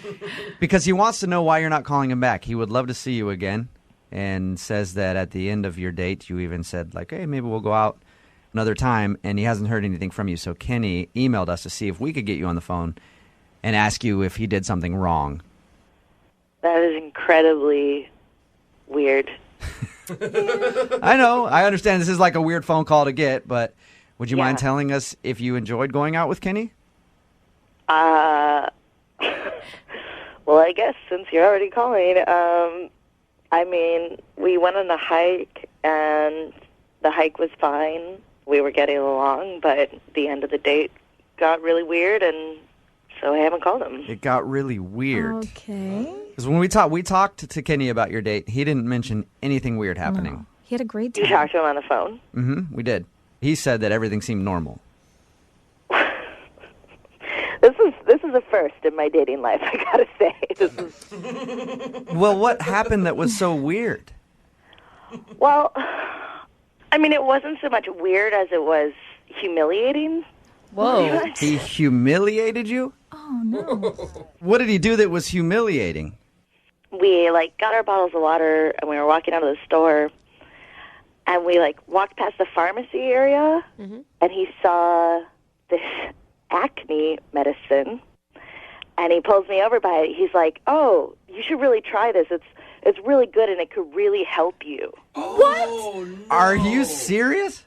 I am dead serious. Do you have... Wow. What did you say when he said that to you? I think, all the blood drained from my face, and then all of the blood came to my face, and I was, blushing, beet red, absolutely mortified. I mean, it was the most humiliating experience since middle school. It was... Do you think he realized what he said to you? I don't care. Yeah, I mean, I wouldn't care either. I'd be like, hey, you're an a-hole. Yeah. I mean, I could not believe that happened in real life. And it was... And then he's like, "Oh, do you want to come over? I'll make you dinner." So you're like, why? Totally... So you can make me dinner and then, let me try some more of your acne products? Yeah. Tell me what else I can fix about myself, ass. Oh, my God. Was there any time during the hike that maybe you guys, I don't know, somehow got on the subject of how hard it is to have acne or something? No. Oh, God. That's not first date material. No. So you're just walking along, and he stops and goes, "Hey, try this acne medication. It might work for you." It might help you. It could really help you, is what he said. That's messed up. What the And then apparently he calls the radio station. Yeah. If he's not that aware to know that that's something wrong to say to somebody, I can imagine being at your house cooking "Hey, I'm not using butter in this." Right. Just so the complexion thing, you know? Weigh me when I come to your house? What? Jeez. What? What would you say to him if you could say one thing to him? Off. Okay. Oh, that's direct. Alexa, would you like to say that to him? Because he's actually on the phone listening. I'm so horrified right now. You should be. You should be. You should be absolutely mortified, just like I was. In all honesty, can I just tell you I was trying to help you out, if anything? I don't need your help. I don't need your help. Kenny, you're digging your ditch even more right now. My skin is crawling that, I actually spent time with you, and you think you need to help me. I just figured, it's like a grooming tip, if anything, you know? I don't know why everyone is, laughing and so horrified. I mean, I was in the situation with her, and I saw the problem, and I was just trying to help. To me, it was a positive move. Oh my God. You're making this an insult. That's not the kind of help that anybody really wants or needs. Do you have any read on, other people's emotions, Kenny? Maybe you're just bad. Seriously. You think I don't know what my face looks like? Yes, I had a breakout. I'm PMSing. It happened. Amen. I need you to tell me that? You're going to fix me? I mean, I didn't mean any harm by it. I was just trying to help you out, you know? I mean, I certainly was You can shove your help up your Kenny, I don't think anybody wants to have somebody recommend a skin cream to them to help them with whatever acne problems they're having at that moment. Only their dermatologist. Yeah, even my mom would do that, and I'd be like, "Hey, you're a you know what I mean? Get out of here." I mean, look, I guess I just wasn't thinking very clearly, and I shouldn't have said anything, and I feel like an idiot right now, and... Good. I don't know. My buddies and I, we take care of our skin, we moisturize and all that. We your buddies and you don't have We're sort of PMS. in that vein, and I just was trying to help, and I don't know, maybe I Oh my went too God. far. Can we end this? Because I'm so revolted right now. I mean, look, it's not about whatever physical things. If I didn't think you were attractive, I wouldn't have called and tried to go on a second date with you. Good point. Oh my God, I'm so thrilled you think I'm attractive. Yeah. He was able to look past the horrible acne, Alexa, and still want to go out on a second date. I'm not a disfigured monster. Thank God. All right, well, I've got to ask the question. Alexa, would you like to go out on a second date with Kenny? No. Kenny. If it's our first date and he's already trying to find things to fix about me, why the would I waste time on a second one? Yeah, that's a very good point. All right, I got it. Okay, Kenny, you know what? So you understand what you did wrong. Yeah. Yeah, I do. Do you? To tell you the truth, I'm a little surprised and shocked that if you make like one mistake on a date, then it's like someone can be so judgmental and just blow me off. Oh my God. You're still doing it, Kenny. Yeah. You're calling me judgmental. Yeah. It's pretty amazing. I can't believe this is reality right now. All right, Kenny, well, better luck next time when you're out there in the world dating, okay? Yep. Thanks, guys. I think we all learned one very important lesson today. And that's don't ever take girls hiking, right? Am I right? Yeah. Worst dating idea ever. Brooke and Jubal in the morning. Second date update today. Met the guy that she wants to call at a place where I've actually met a lot of women. The golf course. You have? Yeah. Like you've hit on women at the golf course? Yeah, I just kind of hang out and hide behind the windmill, the giant windmill. And then when they come up to retrieve their ball, I just pop out from behind them like, hey, what's your name? Come to the golf course often? Why are you running away? Where are you going? Yeah. Where are you going? I just wanted to talk. You're not getting your ball back until we talk. Yeah. It's a really scared 8-year-old you just chased down. Never very successful for me, but apparently it was successful for the guy that she wants to call today. Hannah, how are you? Good. How are you doing? Good. Okay. So you met the dude you want to call today at the golf course, huh?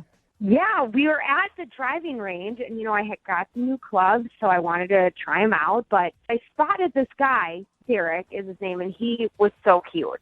I was kind of playing it a little coy, like I was having some issues, because... Wait.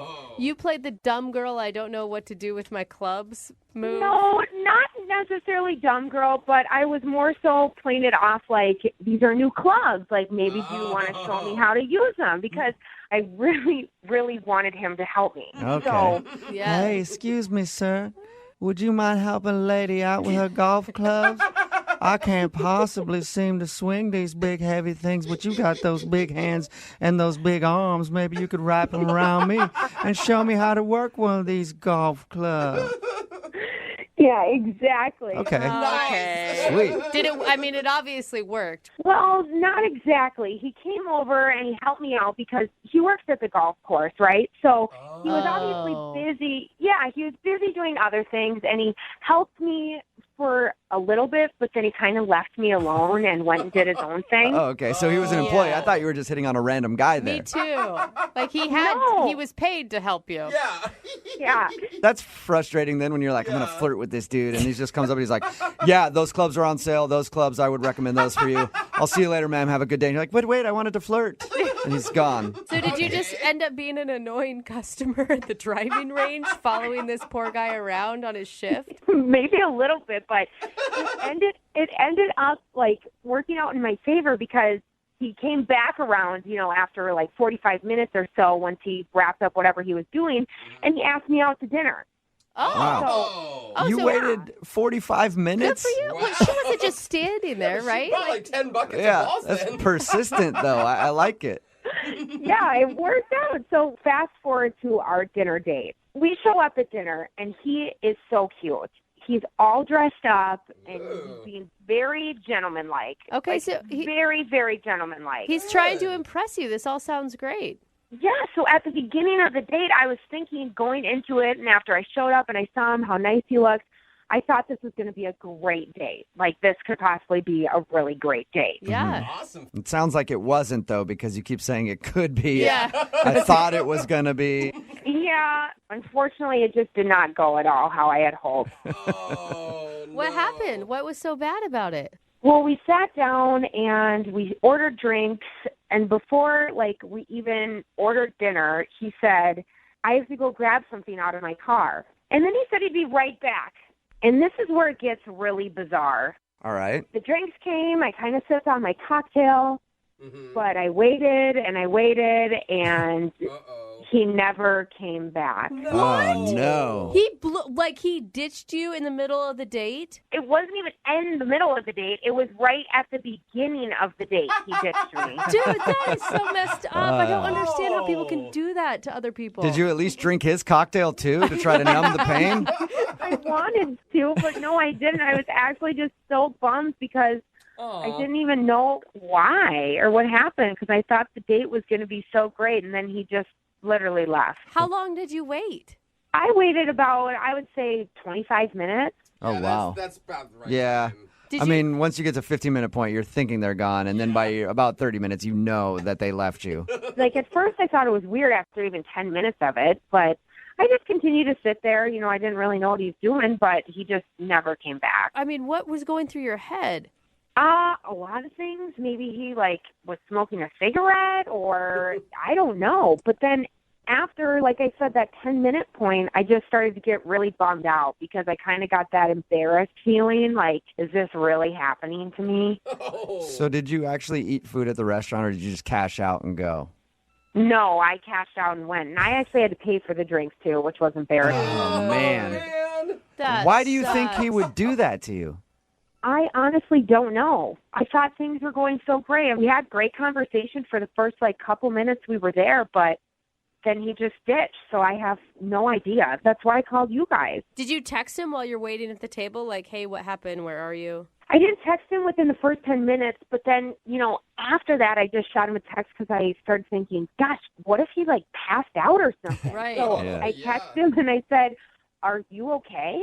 And he never responded after that. Are you pissed? I'm pissed for you. I don't think people should disrespect each other in that way. I'm really pissed off about it, but I think more so I'm just really bummed out that it still happens that way because I thought he was a great guy, Yeah, and he obviously liked you because he came and asked for your number. That's what you said, right? Yeah, and he asked me on the date. I didn't initiate that. Well, he did. All right, well, we'll play a song, come back, call him, and figure out why he ditched you in your second date update, okay? Okay, thank you. Okay. Moving 92.5. Brooke and Jubal in the mornings. Second date update. If you're just joining us for today's second date update, Hannah is on the phone and she wants to call a guy named Derek. Now, before we make the phone call and find out what went wrong on their date, I think it's time for a little bit of positivity training for Hannah. Hannah, I want to help you be more positive about something, okay? Okay. So your date left you a couple minutes into the date. As soon as you guys sat down, ordered something to drink, he said he had to go to his car and then took off and you haven't heard from him, right? Right, exactly. Okay. Positivity is all about switching your focus, okay? Instead of saying that you got ditched, we're going to say you're just a master at speed dating. And that was a very good speed date that you went on. So, yeah, so that's what it was. You didn't get ditched. You're just good at speed dating. That's all. It made me feel better already. Oh, my God. Awesome. Well, I'm glad I could help. I do want to know, though, why are you even giving this guy any more energy? I mean, he's obviously a jerk to leave someone that soon into a date. I really just want to know what happened, why he left, what his reason is. Not that I want to give him another chance. I just want to know why the hell he walked out on me. If he has a really good explanation, will you give him a second chance, or is it just strictly that you want to find out now? Right now I'm leaning more towards no, because he could have reached out to me this past week, texted me if something serious happened. So it's going to have to be a really, really good excuse for me to give him another chance. Maybe he was kidnapped, and we're actually going to talk to the people holding him hostage right now. No? That would be something. Yeah. Not even that would be a good excuse. That'd be something. Whoa. All right. I'm going to dial his phone number right now. Here we go. Thank you.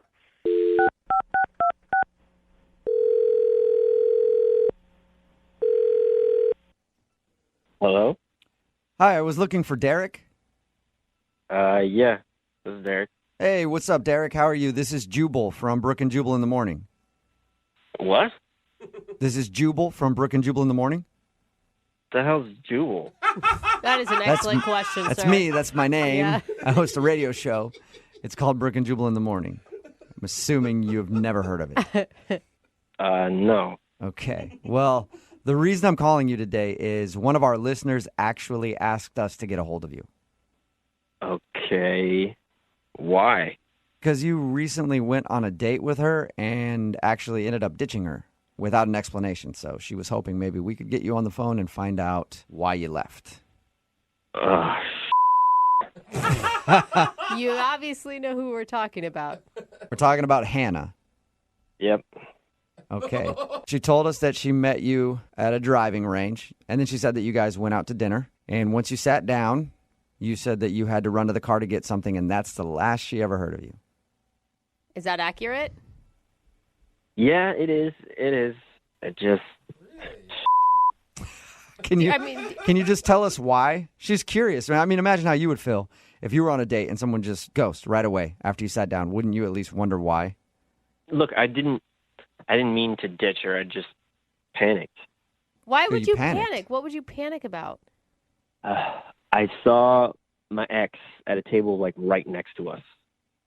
Okay. And that was after we already ordered drinks and everything. We had already gotten there. We sat down. Okay, but just seeing your ex, I mean, that doesn't give you happens. any grounds to just ditch somebody, does it? I had to leave. Are you obviously not over your ex? Is that the issue? Oh, you don't get it. You don't get it.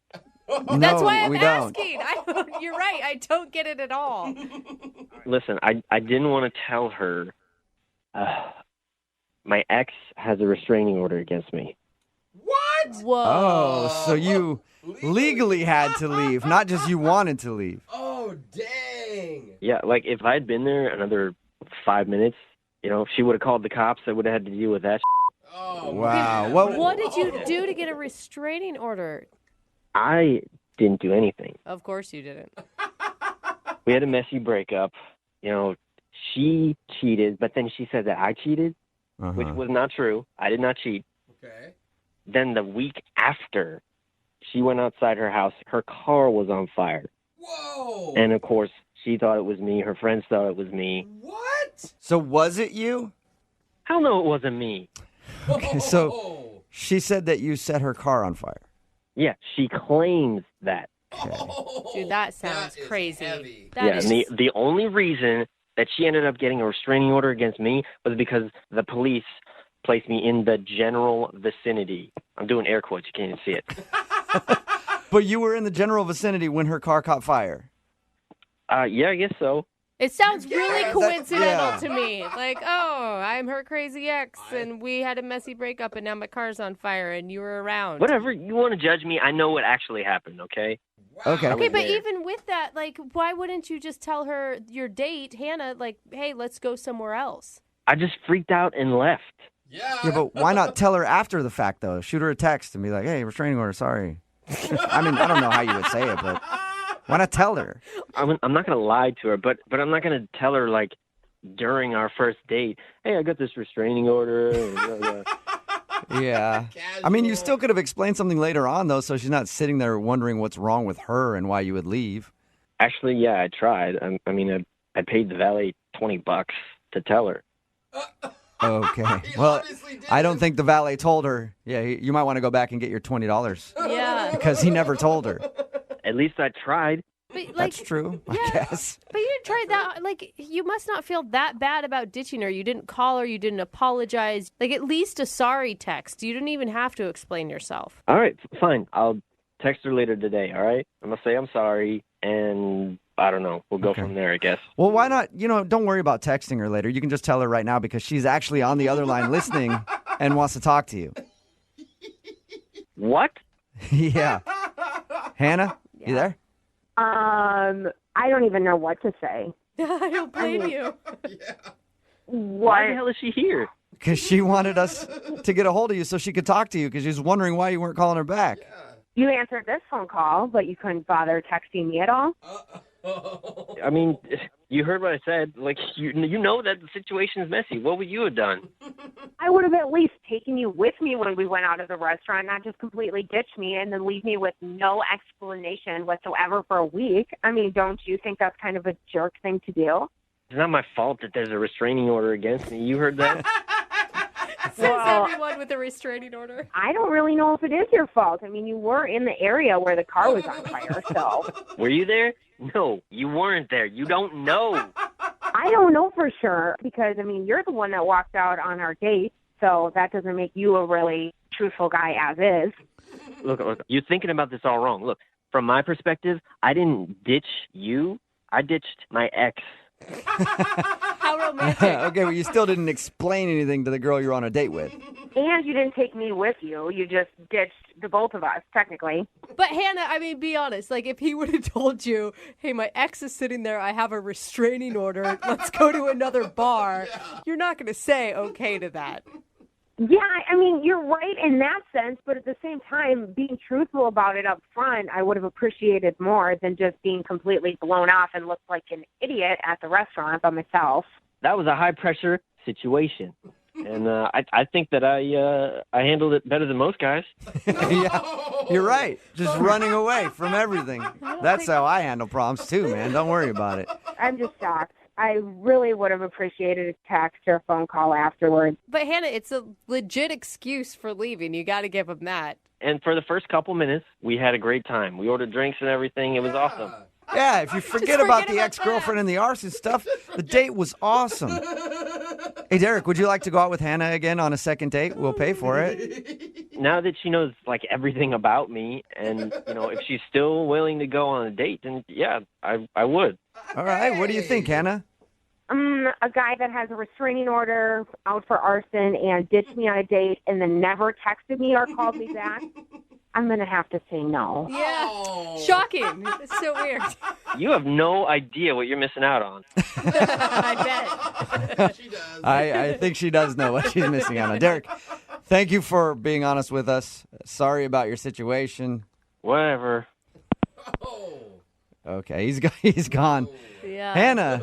Wow. So the restraining order for arson wasn't a good enough excuse to woo you back into another date, huh? Definitely not. Okay. Well, I want to let you know I do have a friend who was arrested for grand larceny. If you're interested, I can hook it up.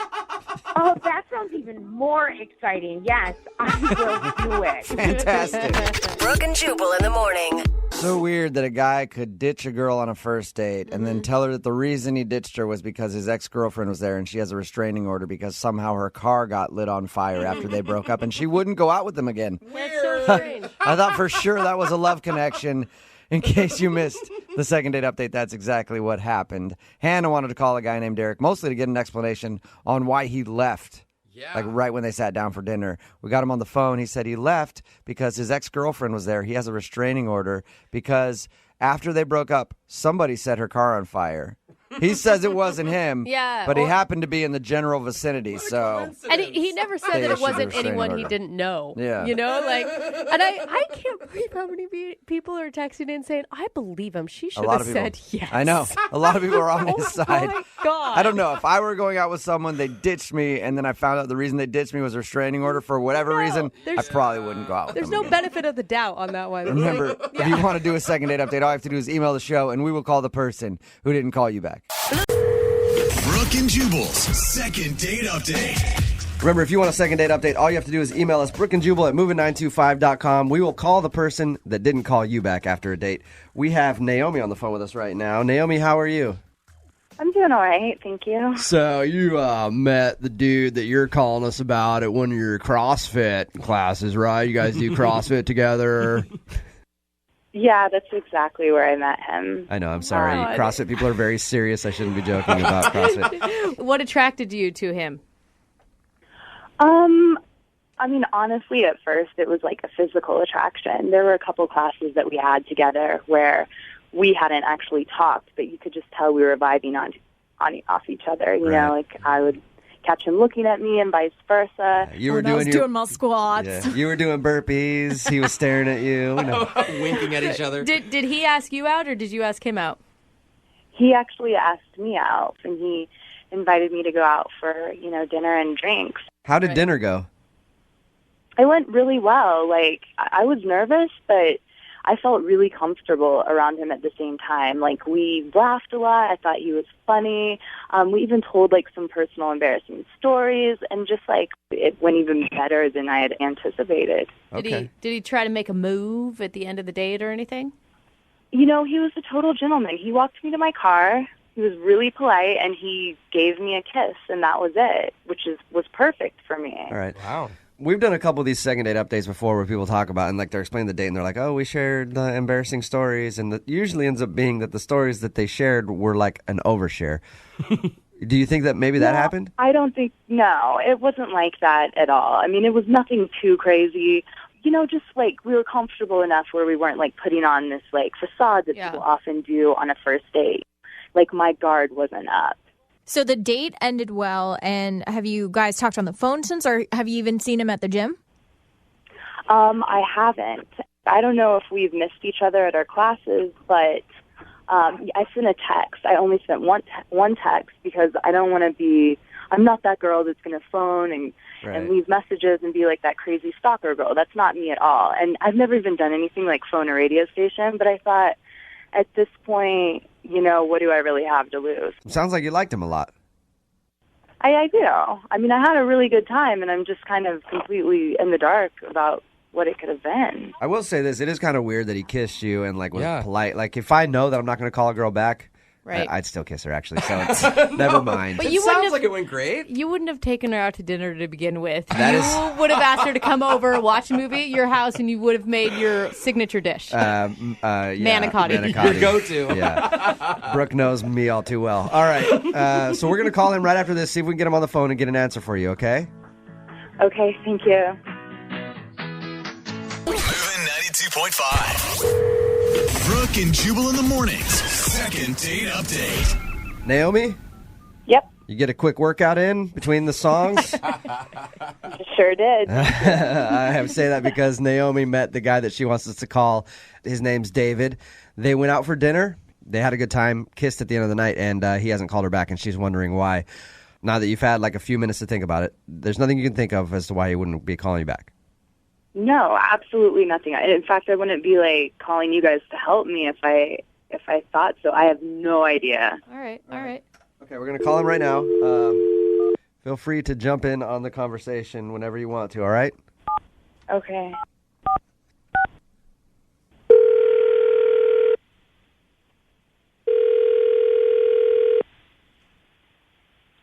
Hello? Can I speak to David, please?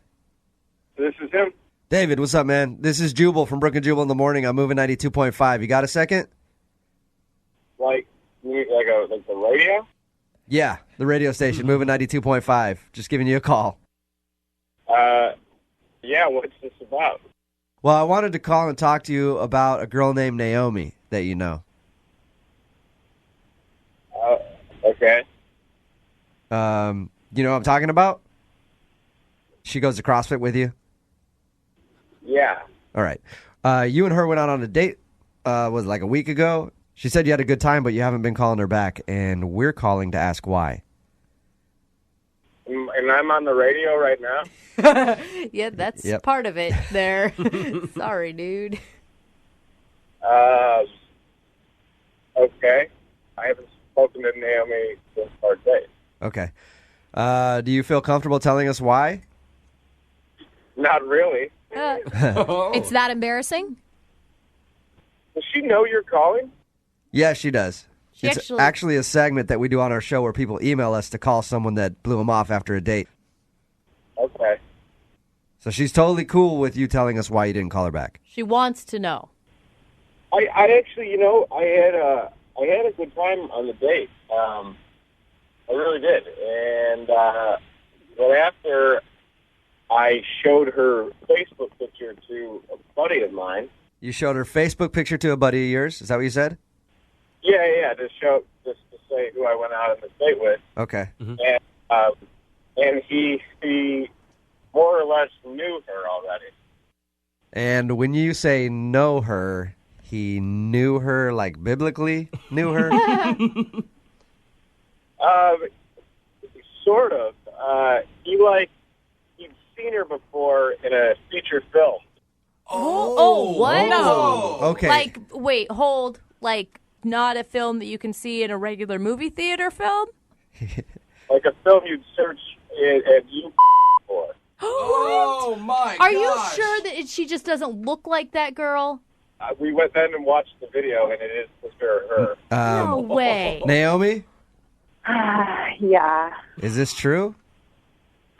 Okay, yeah, it's true, but that was a long, long time ago. I was 19 when I did that. I am like a completely different person now, and it just just like totally shows how your past can come back to burn you. Like that is from so long ago. Was it? Let me ask you this, Naomi. Was it like a professional video, or was it like something amateur that ended up on the internet? It was like a bootleg professional. I mean, but I was like, I knew the guy that it was in the film. Like, he wasn't a complete stranger or anything. And I don't do anything like that anymore. And I don't know how you saw that film, but, like, it is not who I am. That's crazy. Why did you do it, Naomi? I was just, like, a really wild and crazy teenager. I was partying a lot. I wasn't in my right mind, you know. Okay. David. Yeah. So her being in this adult movie, too much for you? You know, I don't hate on it, whatever. I just, I'm probably not somebody I'd want to be in a relationship with. So, Naomi, just now that it's all out there, how many times did you do this? Like, are there a bunch of videos out there of you? Can I have some? There's just 3, but there's not who I am anymore. 3. And the thing is, too, is like, haven't you ever done anything that you've regretted and you learned from your mistakes and you grew as a person? Didn't realize I was going on a date with someone that's perfect.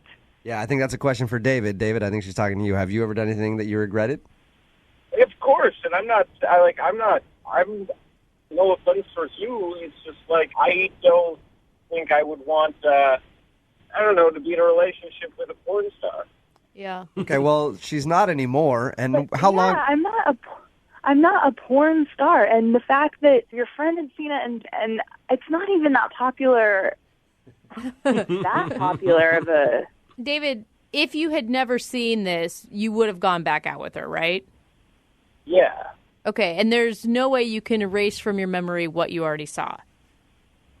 Not really. All right. I mean, it would be. Can't you just think of it like it was my naughty twin sister or something? Is there any way we can work through this? I don't know if that's helping the situation, Naomi. I know. It's just, I really like this. I like you, David, and I made a mistake, but it doesn't. I'm not perfect. I admit that, but I have grown so much as a person since I did those films. All right. We will send you on a second date. We'll pay for it if you'll go out with Naomi again. Will you go on a second date with Naomi? I'm gonna have to pass. Sorry. Okay. All right. Well, I hope you find someone that's absolutely perfect, David, that has never done anything wrong in their past. It sounds like you want, I don't even know, like somebody super prim and proper. Oh, maybe just someone where your buddies can't watch them having sex. Yeah. I don't.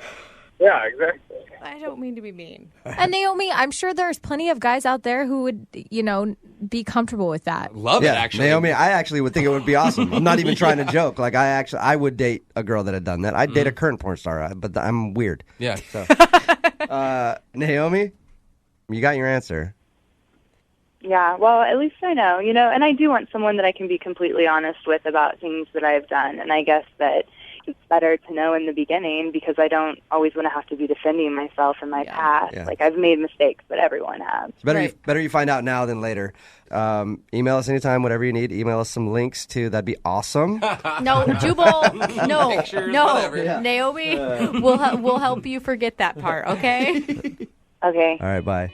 I find it funny that Naomi spelled backwards is I moan. What is wrong with you? What? Only you would catch that, dude. Seriously.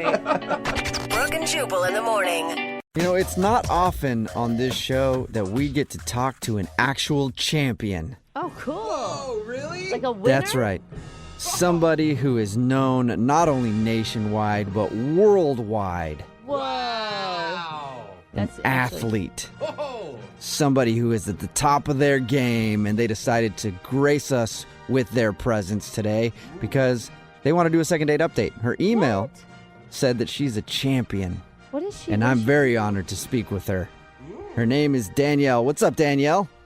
Hey, how's it going? Wow. Good. Danielle, you sound important. It is an honor to speak with you, Danielle. Wow, well, thank you. I'm blushing. You're blushing. Danielle, this is such an intro. What do you do? What are you a champion of? I'm a champion masseuse. Masseuse? Like a person who massages? Yes. Like a massage therapist. Yeah, I'm a champion masseuse. I thought she was an athlete, Jubal. How does that work? She is. That's a big athletic endeavor. What? I don't get it. She's got strong hands, is what you're Yeah. saying. We'll get to how she's a champion masseuse in just a second. But first, let's find out about your date, Danielle. You think that maybe actually the fact that you are a champion might have turned the dude off? Yeah, I do. Okay. What? Well, what's his name, first of all? His name is David. David, and where did you meet David? We met through a dating app. Okay, so Okay. I assume when he started to go out with you on the dating app, it even says that you do massage therapy. No, my profile does not say it. I keep that hidden. Why? Yeah, but if you're a champion, why aren't you telling the world? Well, because I don't want to get like creeps messaging me through these apps. That's a good Oh, that's actually a good point. I didn't yeah. think of it either. That could You might be. want to keep that skill off of the internet, at Uh-huh. least for the dating websites. Yeah. So I assume it came up on the date at some point, and that's why you think that he got turned off? It did, yeah. Like it came up in conversation, and I maybe should have just said I was a massage therapist, but I said more than that. I said the champion masseuse thing, and I just think I messed things up. Oh, wait, hold on. Wait, you call yourself? I thought we were just joking about the champion masseuse thing this whole time, and that it was something that Jubal was like over exaggerating because that's what he does. No, I'm an actual champion. Cool. What? How do you become a champion in massage therapy? There's actually an international massage championship in Copenhagen, Denmark, and people come from all over the world. And this past year, I won. See? A massage champion. I wasn't lying to you guys. Oh my God, do you guys need volunteers? I am there. I am ready to be massaged by the world leaders in massage therapy. Well, that's actually what everybody does, and that's how I got into trouble in the first place, is everybody wants a massage. Oh, yeah. Okay. Yeah. So did you give David a massage? I did not. Oh. He kept asking, and I declined. Oh. So you think that's why he's not calling you back, because you wouldn't hook him up with a free massage? Kind of messed up. Well, that's where it is my fault, because if I had just said massage therapist instead of massage champion, then the situation would have been different. But instead I opened my big mouth and, I messed it up. Yeah. And now you can't be sure. Like, do people want you for you or just because you can massage with the best of them? I mean, it's a tough life for a celebrity champion like you. Oh, my gosh. I know you guys are laughing about it, but it's actually true. Like, all my friends ask me to give them massages, like, on the regular. This is what happens to me all the time. Oh, no. So on the date, when the guy asked for the massage, did you get mad at him for asking for the massage? No, I didn't get mad the first time. I mean, that's a normal thing, and I kind of expected that to happen. But then he asked the second time, and then when he asked the third time, I was more firm, and I was just like, it's not going to happen. Oh, whoa. Okay. I could see how that could be taken as a different kind of signal, because if I'm on a date with someone who is a champion massage therapist, I think, like, if she likes me, maybe we can flirt a little bit about this, and she'd be like, well, maybe one of these days I'll give you a massage, you know? Lucky. Instead of like, no, I'm not touching you. Gross. I just feel like I screwed up. Maybe I messed it up because he was the first guy I've met in a long time through a dating app that was actually really cool. He's attractive. He had a good personality. Like, I liked his energy. The conversation flowed really well. Yeah. And I think that I screwed it up because of this. So, I mean, I get that he sounds like a great guy, but he sounds like he wanted something for free, and you still want to go out with him. Well, I understand that because I said this, big deal about me being a champion, and I couldn't stop talking about the massage championship and how, they judge you on 5 categories like technique and flow and innovation, and there are people doing different styles and my special style. Okay, see, right there, I'm already turned on. So I could see how he'd be on your date, like how that'd be frustrating for him. How long has it been since you talked to him? It's been over a week now. Okay, and then at the end of your date, did you guys hug or kiss or anything? Was there any touching? That's what I want to know. We did kiss. You did kiss? Yeah, we kissed. So just our lips were touching, though. Like, we didn't, hold each other because I didn't want to. Again, I just said no. I didn't want to, cross that line. I think it's really okay awkward. to give the dude a hug if you're kissing him. See, I did screw it up. Well, we don't know for sure, so we'll play a song, come back, call him, and get your second date update, all right? All right, thank you. Moving 92.5. Brooke and Jubal in the mornings. second date update. You know, I've done second date update segments where I've started off with a on-air makeout session with our listening audience. Yeah, that's true. But I've never given an over-the-air massage before, and I think I should do that right now in honor of today's second date updates. So if you're driving right now, I want you to close your eyes. Okay, this is already going badly. Don't close your eyes if you're driving. Hi, my name is Spirit, and I'll be your massage therapist today. Are there any troubled areas that you'd like me to focus on? The incense in your room is amazing right now. Your glutes? They are rather tight. Okay, I'm going to need to get some extra lube to take care of your glutes. They do not use lube, sir. Oh. It's called lotion. Okay, well, then I need to have a talk with my massage therapist then because Yeah. I think that dude might be up to something nefarious. But let's talk to Danielle, who's on the phone right now for a second date update. She is a massage therapist. She's actually a champion massage therapist. She actually won a competition that they do in Denmark every year. I guess they have a massage championship. And she was on her date with a dude named David, and she feels like she talked about that a little too much. And David asked for a massage because he found out she was a champion, and she finally told him no, and she feels like maybe she was a little too blunt about it, and that's why he's not calling her back. So we're about to get him on the phone and find out if that is the reason. Danielle, you ready to go? Yes, I'm ready. Well, I'll dial his phone number right now, and we'll find out if your hands can wander his body someday. Just call him, please. Okay. I think she's done with us. Yeah.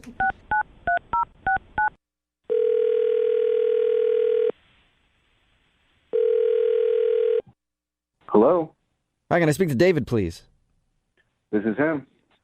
Hey, what's up, man? How are you? This is Jubal from Brooke and Jubal in the morning. Who's that? Jubal from Brooke and Jubal in the morning? I'm sorry, there's no Jubal here. I think you have the wrong number. No, I am Jubal, and I'm calling you David. Oh, okay. I don't know what you're talking about, but... We're calling you today because we recently got an email about you from one of our listeners. Okay, that's a little weird. Do you want to know who? Yeah. Do you want to know who? Do you want to know who? He said yes, Jubal. Because I know who. Yes, I do. Okay, her name is Danielle, and you actually went out with her on a date. Oh, I know her. Oh. But why would she email you?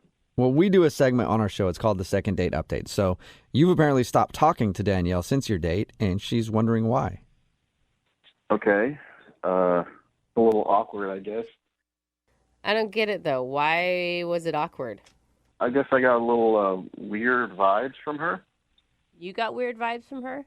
Yeah, some red flags came up. What kind of red flags? Well, she said that she was a masseuse, you know? Okay. Mm-hmm. Normally, that's not a red flag for most people. Most people are like, okay, cool, that's your job. More likely, that's like a benefit. I would date a masseuse in a heartbeat. Are you kidding me? Checkered flag. I kind of took it as like maybe a euphemism for something else. What? You know? No. So. No. Wait, I don't know. Could you explain? Well, she was like talking about her job, and she was talking about really weird competition that she was a part of. This massage competition. Yeah, you're talking about the massage championship that I guess they have in Denmark. Oh, yeah. You know about that? Not until we talked to her. So we talked to her a little bit about your date, and she told us that information. That's the first time I've heard it. I had no idea they had a championship for massage. Yeah, you believe that? What do you mean, do we believe it? Of course you believe it. I mean, yeah. Massage championship? That doesn't sound like fake to you? There's all sorts of weird things in this world. I mean, for God's sakes, there's like an air guitar championship. But he does have a point. Yeah, it's odd, but it doesn't mean that it's not real. How would you even judge that? It's just the same guy getting massaged over and over again? I didn't even think about that. Are you telling me you think she's a liar? I mean, I didn't know if she was lying or not. It was just, that was like the start of the whole red flag segment of the date, and it just got worse from there. Oh, what? So there was more stuff you didn't believe that she told you? Well, it's not so much that. It's like I asked her a couple times if I could get a massage, and she said that she's a massage champion, so it's going to be $200 for a half hour. Whoa! Wow. Dang, that really pays off, man. Yeah, I mean, something probably comes with that is what I was thinking. What? What do you mean? Like What? sexual? You think that there's a happy ending at the end? Is that what you're insinuating? Yeah, I wasn't born yesterday.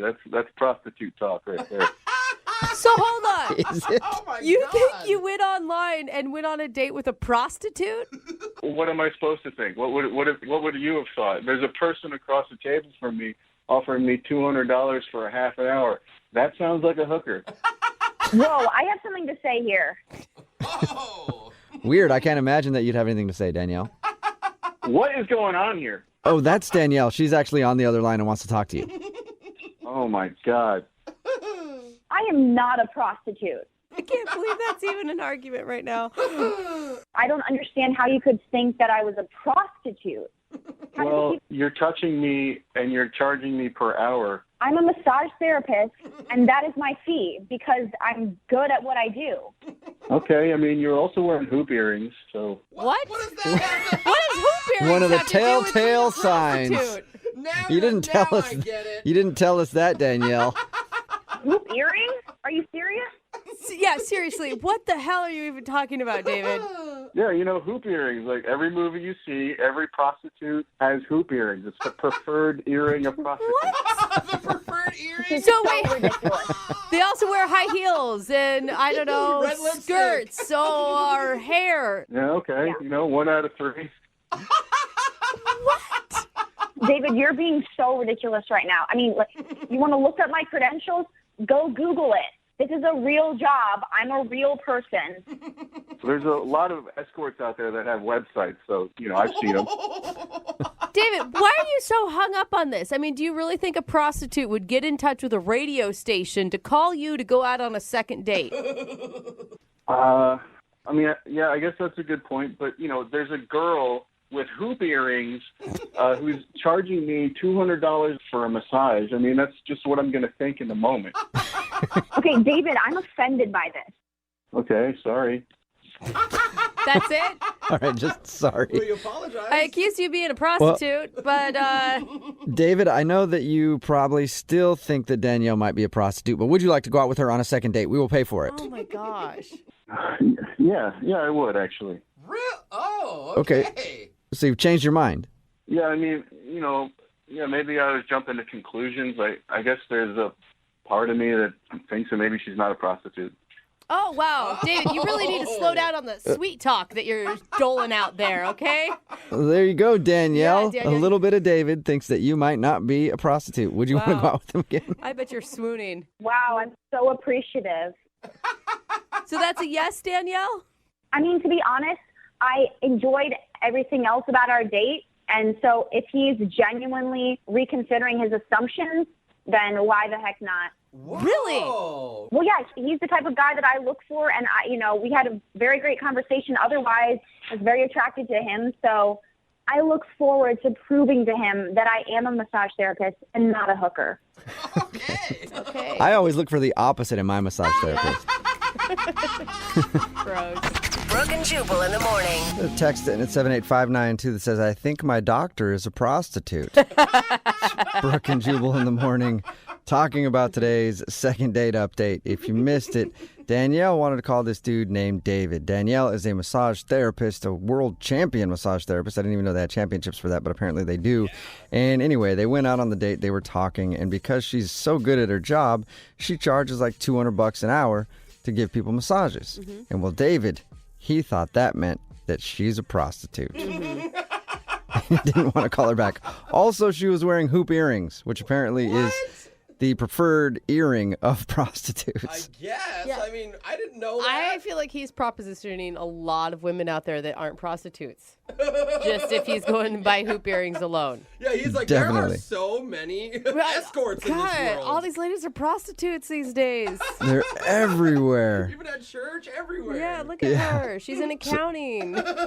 So he was convinced that because she charges so much per hour, she must be a prostitute, and he didn't want to call her back. We got her on the phone. They talked a little bit, and then he was like, well, I guess I could go out with you again because there's part of me that thinks that you might not be a prostitute. Not fully believing yet. I can't believe that she actually agreed to go out with him again. know. No, that's the most shocking part of this whole thing to me.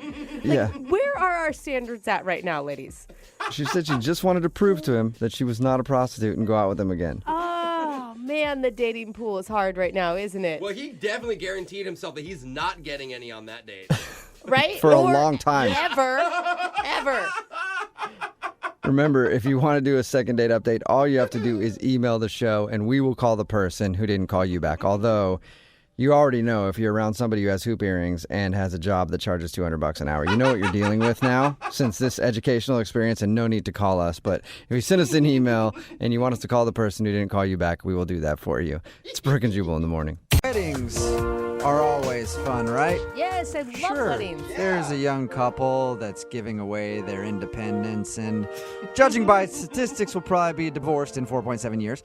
But other than that, there's the lonely people looking to hook up. God, you have There's such a sour look the at weddings. drunk uncle Uh-huh. sticking his junk in the punch when people aren't looking. That's why it tasted like that. And of course, there's always so many awkward moments at weddings. And Audrey is on the phone today because she wants to call a dude that she met at a wedding, and he was actually the cause of the major awkwardness at the wedding. What? Audrey, what's up? Hi, guys. How you doing? Not too bad. So the guy that you want to call today actually caused some drama at the wedding? Am I reading your email correctly? Yeah, he definitely made an impression during the ceremony. Please don't tell me that you're trying to get a call back from the groom. No. Okay, good. He was actually doing the wedding video. Oh, he was a videographer. So he wasn't even like a friend or anything. He was an employee. Well, he's a friend of the groom. Okay. Oh, So it okay. was his buddy was filming the thing. Yeah. All right. And your email said that something really awkward happened. What was that? Well, when it came time for them to read their vows, he forgot to press record, and he had to have them repeat them, basically. Shut up. He actually stopped them in the middle and said, I didn't get that. Can you redo it? Yeah, it was super awkward. He had to get up in front of everyone and apologize, and yeah, it was really awkward. Oh my gosh. Did he give him any direction? Like, okay, we're going to run this back again, but you, I need you to really have more emotion in this. Could you have one single tear drop down your cheek? No, no directions, but he definitely felt super awful about it, and it was really awkward. Wait, I'm confused though. Were you on a date with him at the wedding while he was videoing the wedding? No. So, after this happened during the ceremony, he pretty much had no one talking to him during the reception. Just sitting by himself with his video camera alone in the corner. Yeah, exactly. So I felt really bad for the guy, and I struck up a conversation with him, brought him a drink. I just felt really bad for him. He seemed like he genuinely just made a mistake, and, he was really beating himself up over this. Like, this is the dumbest mistake anyone could have made. I just ruined their wedding. And I was just trying to make him feel better. Like, no, you could have swung the camera around and hit the bride in the face. Like, that would have been worse. You're like, no one barely even noticed what you did. Well, they noticed. Everybody noticed. Okay, so you were sitting there trying to make him feel better, and is that what your date is, or did you guys actually go out on a date? We did not go out on a date. We hung out during the wedding. We hung out for, probably a few hours. Oh, wow. Okay. Yeah, and, it started out that I just felt bad for him and wanted to cheer him up, but the more we got to talking and hanging out, he's just a really sweet guy, and we actually kind of have a lot in common. So I guess I sort of started getting feelings for him throughout this time we spent together. More than just feeling bad for him? Different feelings? Yeah, more than just feeling bad for him. Okay. I even gave him a little kiss towards the end of the night. And, that definitely cheered him up, and I thought it was going great. Pity kiss. You gave him a little pity kiss because you felt bad for him. Well, it was half pity kiss and half I really wanted to kiss him. Okay, so there was still a little bit of pity in there. All right. What was his reaction after you kissed him? It seemed like he liked it. Like, he seemed to be happier, kind of forgetting about what had happened. But not long after that, he kind of disappeared, and I didn't get a chance to exchange numbers with him or anything. So I got his number from the bride, and I texted him, and he hasn't responded. So I don't know what happened, or I don't know. You haven't heard anything from him at all? No. I would assume when you guys were talking, he's single, right? Yeah, I mean, I guess. I'm just thinking, So we really don't know. Because, like, if a girl kisses you and then you disappear, maybe you're guilty, or I don't know. I hadn't even thought of that, actually. Oh, no. But I'd like to find out if that's what it is. Yeah. I really felt like we hit it off, and I'd like to see him again. All right, well, we'll play a song, come back, call him, and get your second date update, okay? Great, thanks. All right, hang on. Moving 92.5. Brooke and Jubal in the mornings. Second date update. If you're just tuning in for today's second date update, Audrey is on the phone, and she's surprised that she's not getting a call back from a dude named Justin, because at the end of the night, she even gave him a pity kiss. She felt bad for him the whole evening and decided to throw him a bone and kiss him. And you know what? A pity kiss is still a kiss, Audrey. So why isn't he calling you back? That's what I'm saying. If you didn't hear the story, Audrey met this dude named Justin at their friend's wedding. He was actually videoing the wedding, and there was a very awkward moment where he forgot to video the vows. So he had to stop everything and ask them to redo it so he could capture the moment on video. After that, he felt terrible, and then Audrey approached him at the reception and tried to make him feel better. They talked, they drank a little bit, danced, and had a fun time, and then ended the evening with a kiss, but now she's not hearing anything back from Justin and doesn't know why. So we're going to see if we can get him on the phone and figure it out. You ready, Audrey? I'm ready as I'll ever be. Well, we'll call his phone number right now and see if we can get him on the phone, okay? All right. Here we go.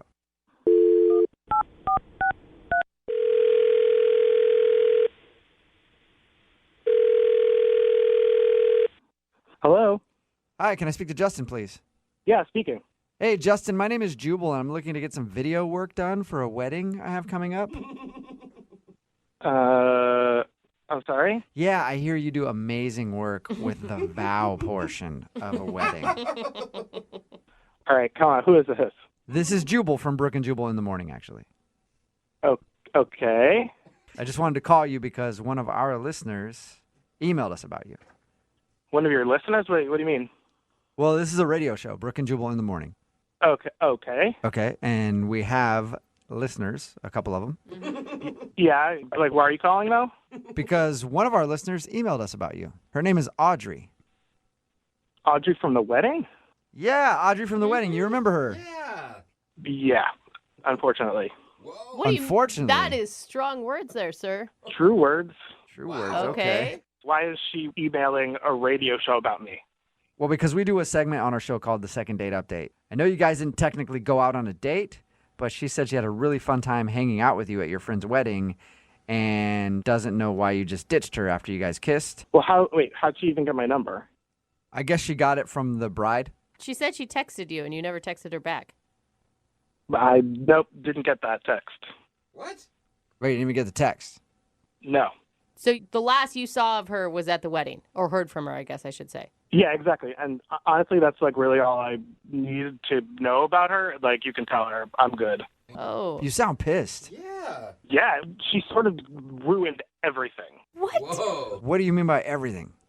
I mean, everything. The wedding, my friendship with the groom and the bride, my other friends. Like, it's been awful. What are you?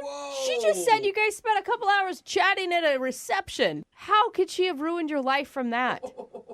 Well, it's a long story. Trust me, it's her fault all the way. Can you give us like a shortened version of the long story? Yeah. Audrey told you about the vows and the video camera thing? Yeah, she said that you screwed up and forgot to film the vows. Is that her fault too? No, okay. To be fair, that was my fault. That was my fault. Yeah, I was going to say props to you to be bold enough to stand up and make the groom and bride repeat them for you, though. Well, I mean, like, groom's a good friend of mine. Like, he would have killed me if I afterwards was like, hey, sorry, guys, didn't record it. So I thought they would rather, like, do it again than not have it at all. Okay. Yeah. I thought that was being a good person.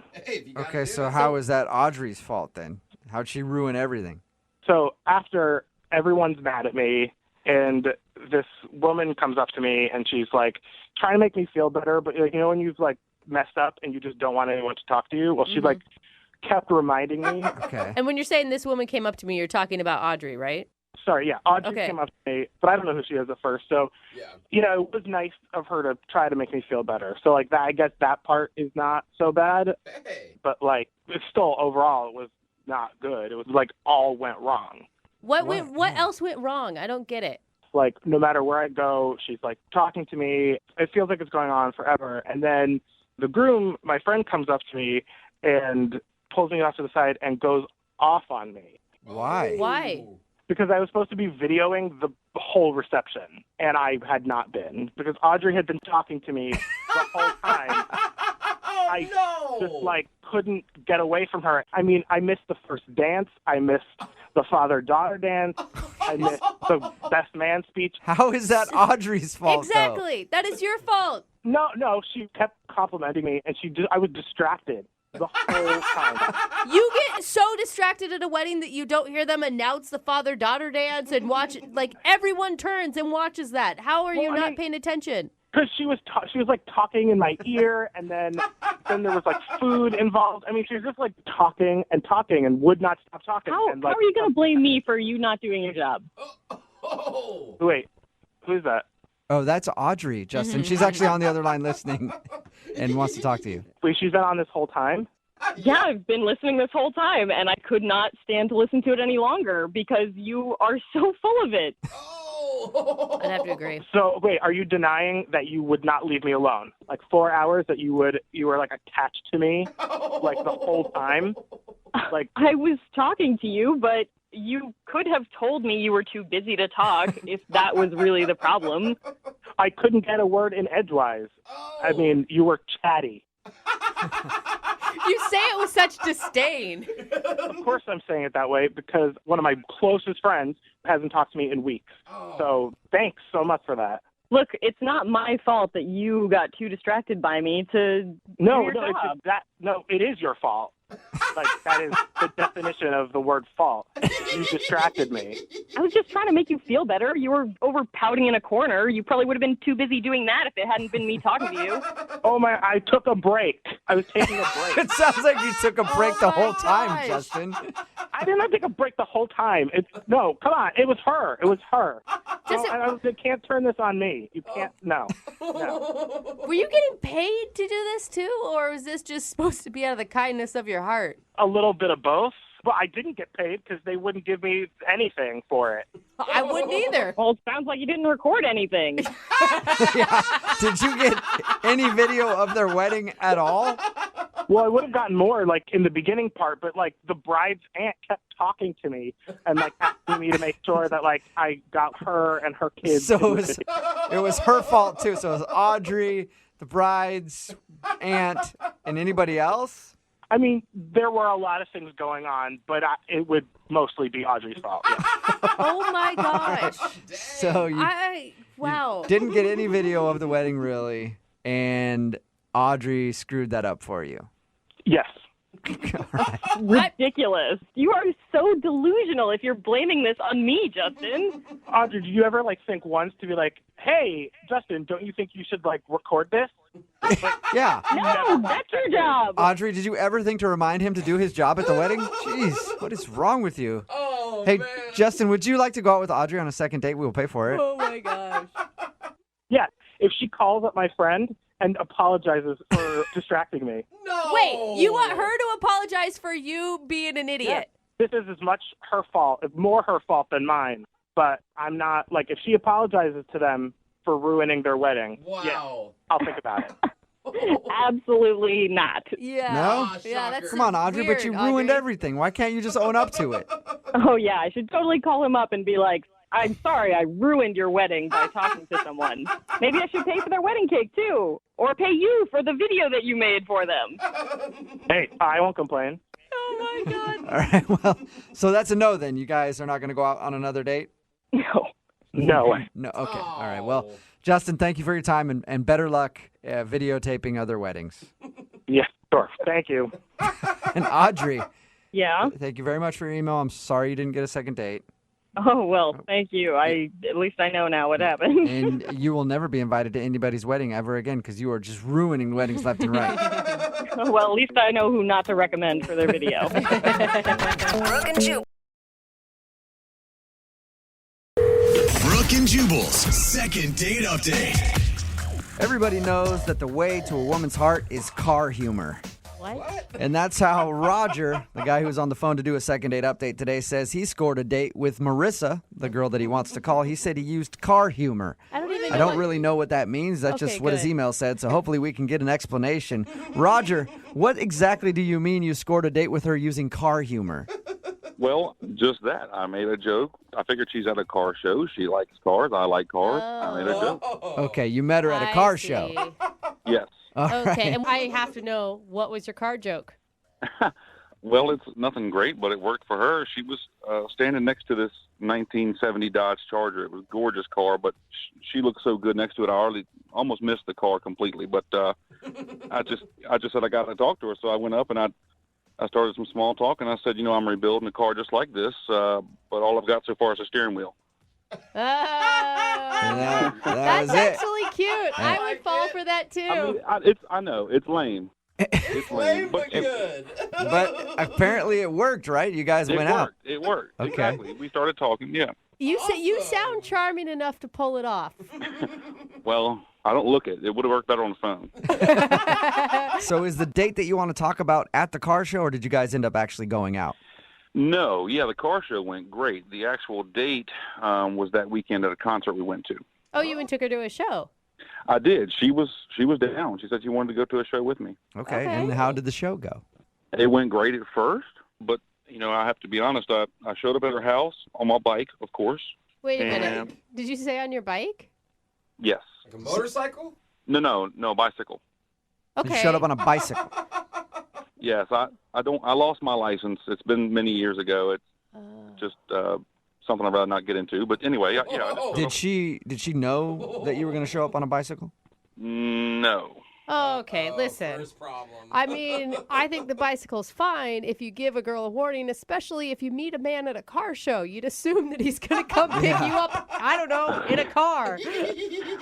I mean, I understand what you're saying, but I figured we had some good connections, some good common ground, that it wouldn't be a big issue. So what were you going to do? Put her on your handlebars and take her to the concert? Well, I'm a gentleman, okay? So obviously I thought, okay, well, if she drives us, I'd be a gentleman. I'd pay for parking. I'd pay for the tickets to the show, drinks, whatever she needed. I wanted to do that, at least since she was driving. Okay. Oh, yeah. Okay. Did you ask her beforehand to drive, or did you just show up like, hey, you got to drive us? I asked her if she could drive, but she didn't know I was going to show up on a bike. Okay, so she thought you were just being like, hey, you want to drive? Because, it'd be cool. Right. Okay, right. But she kind of had to drive. She had no choice. Right. All right. And so the car ride to the concert was not awkward then? No. Like I said, it was more humor and more common ground. It was kind of everything that you think about when you think about, hey, I just met this person and we're together going to a concert. This should be a good time. It was perfect. Okay, so she didn't seem bothered by the fact that you showed up on a bike. No, not at all. That's cool, actually. Sounds like a cool chick. Yeah. Well, that's what I thought, yeah. And so how was the show? Well, now we come to the crux of it. It was going good at first, and I was really digging music. She seemed to do that as well. And then she kind of said she had to go to the bathroom, and so I just kind of found, someone to talk to. And a few minutes go by, nothing. Didn't see her, so I kind of checked around, didn't see her. I guess it was 10, 15 minutes. I'm not sure exactly how long, but I finally got a text from her that said, she didn't feel good and that she went home. Oh. And, of course, my gut reaction was, okay, I understand, but now I have no ride home. I was going to say, how did you get home from the concert? My bike is at her house. Yeah. So how'd you get home? I took the bus. I had to take the bus. What did you say to her? What did you text back? Well, at this point, I'm still assuming she's fallen sick. I don't want to offend her. I'm kind of offended myself that she didn't offer to at least ride me home. So I didn't say much. I didn't want to. I still thought I had a chance. Maybe she just felt sick. So anyway, I took a bus, got my bike, and I let her be. Oh, you didn't knock on the door or anything when you got... No. I let her be. I didn't know. I didn't know how sick she was. Okay. Have you let her be since the date, or have you tried to call her a few times? No. I made some text message advances, if you will. I made some more car humor that seemed to work the first time. I figured it would work again. God, you have a big library of car jokes at your disposal. I do. I pride myself on that, yeah. So, have you heard anything from her at all? Nothing. Not a zilch. Okay, so she basically ditched you in the middle of your date at the concert and has not talked to you since. And there was no signs that she was having a bad time with you or that she was trying to escape for some reason? Not at all. No, not at all. Are you mad at all? I'm not mad. I think I would just. I mean, I'm an adult. She's an adult. I thought we kind of hit it off. I know that we didn't meet under traditional circumstances, but maybe she could be an adult and say, "Hey, this is what I don't like about you," or "This is why I won't return your calls," instead of being a 4-year-old about it. All right. Well, we'll play a song, come back, and find out if she can be an adult and tell us what happened on your date. Okay? All right. All right. We'll get your second date update right after this. Thank you. Moving 92.5. Brooke and Jubal in the mornings. Second date update. Hey, Roger. Hey. Hey, before we make the phone call for your second date update, I wanted to first congratulate you on being the first person to do a second date update that has ever showed up for their first date on a bike. I was just thinking about it. We've had people show up on motorcycles before, but nobody actually show up on like a 10-speed bike and then make their date drive them somewhere. Well, thanks very much. It's an honor to be the first. It's an honor to have you on the show. If you're just tuning in, Roger went on a date with a girl named Marissa. They went to a concert. He showed up to her house on a bike because he doesn't have his license, so he made her drive to the concert. But in exchange, he paid for parking, drinks, everything else. Yeah, he paid for it all, but he got ditched in the middle of the concert. She left and said that she felt sick, and he hasn't talked to her since. We're about to call her and find out if something went wrong on that first date. And am I clear? No one in this room believes that she was actually sick. Like everybody thinks it was an excuse. Yeah, it has to be. Yeah, when was this date, by the way? How long ago? This was 2 weeks ago. 2 weeks. Okay, so maybe she got like that weird 2-week flu that's going on, and she hasn't been able to call you. That's what I'm saying. All right, I'm gonna dial her phone number right now. Here we go.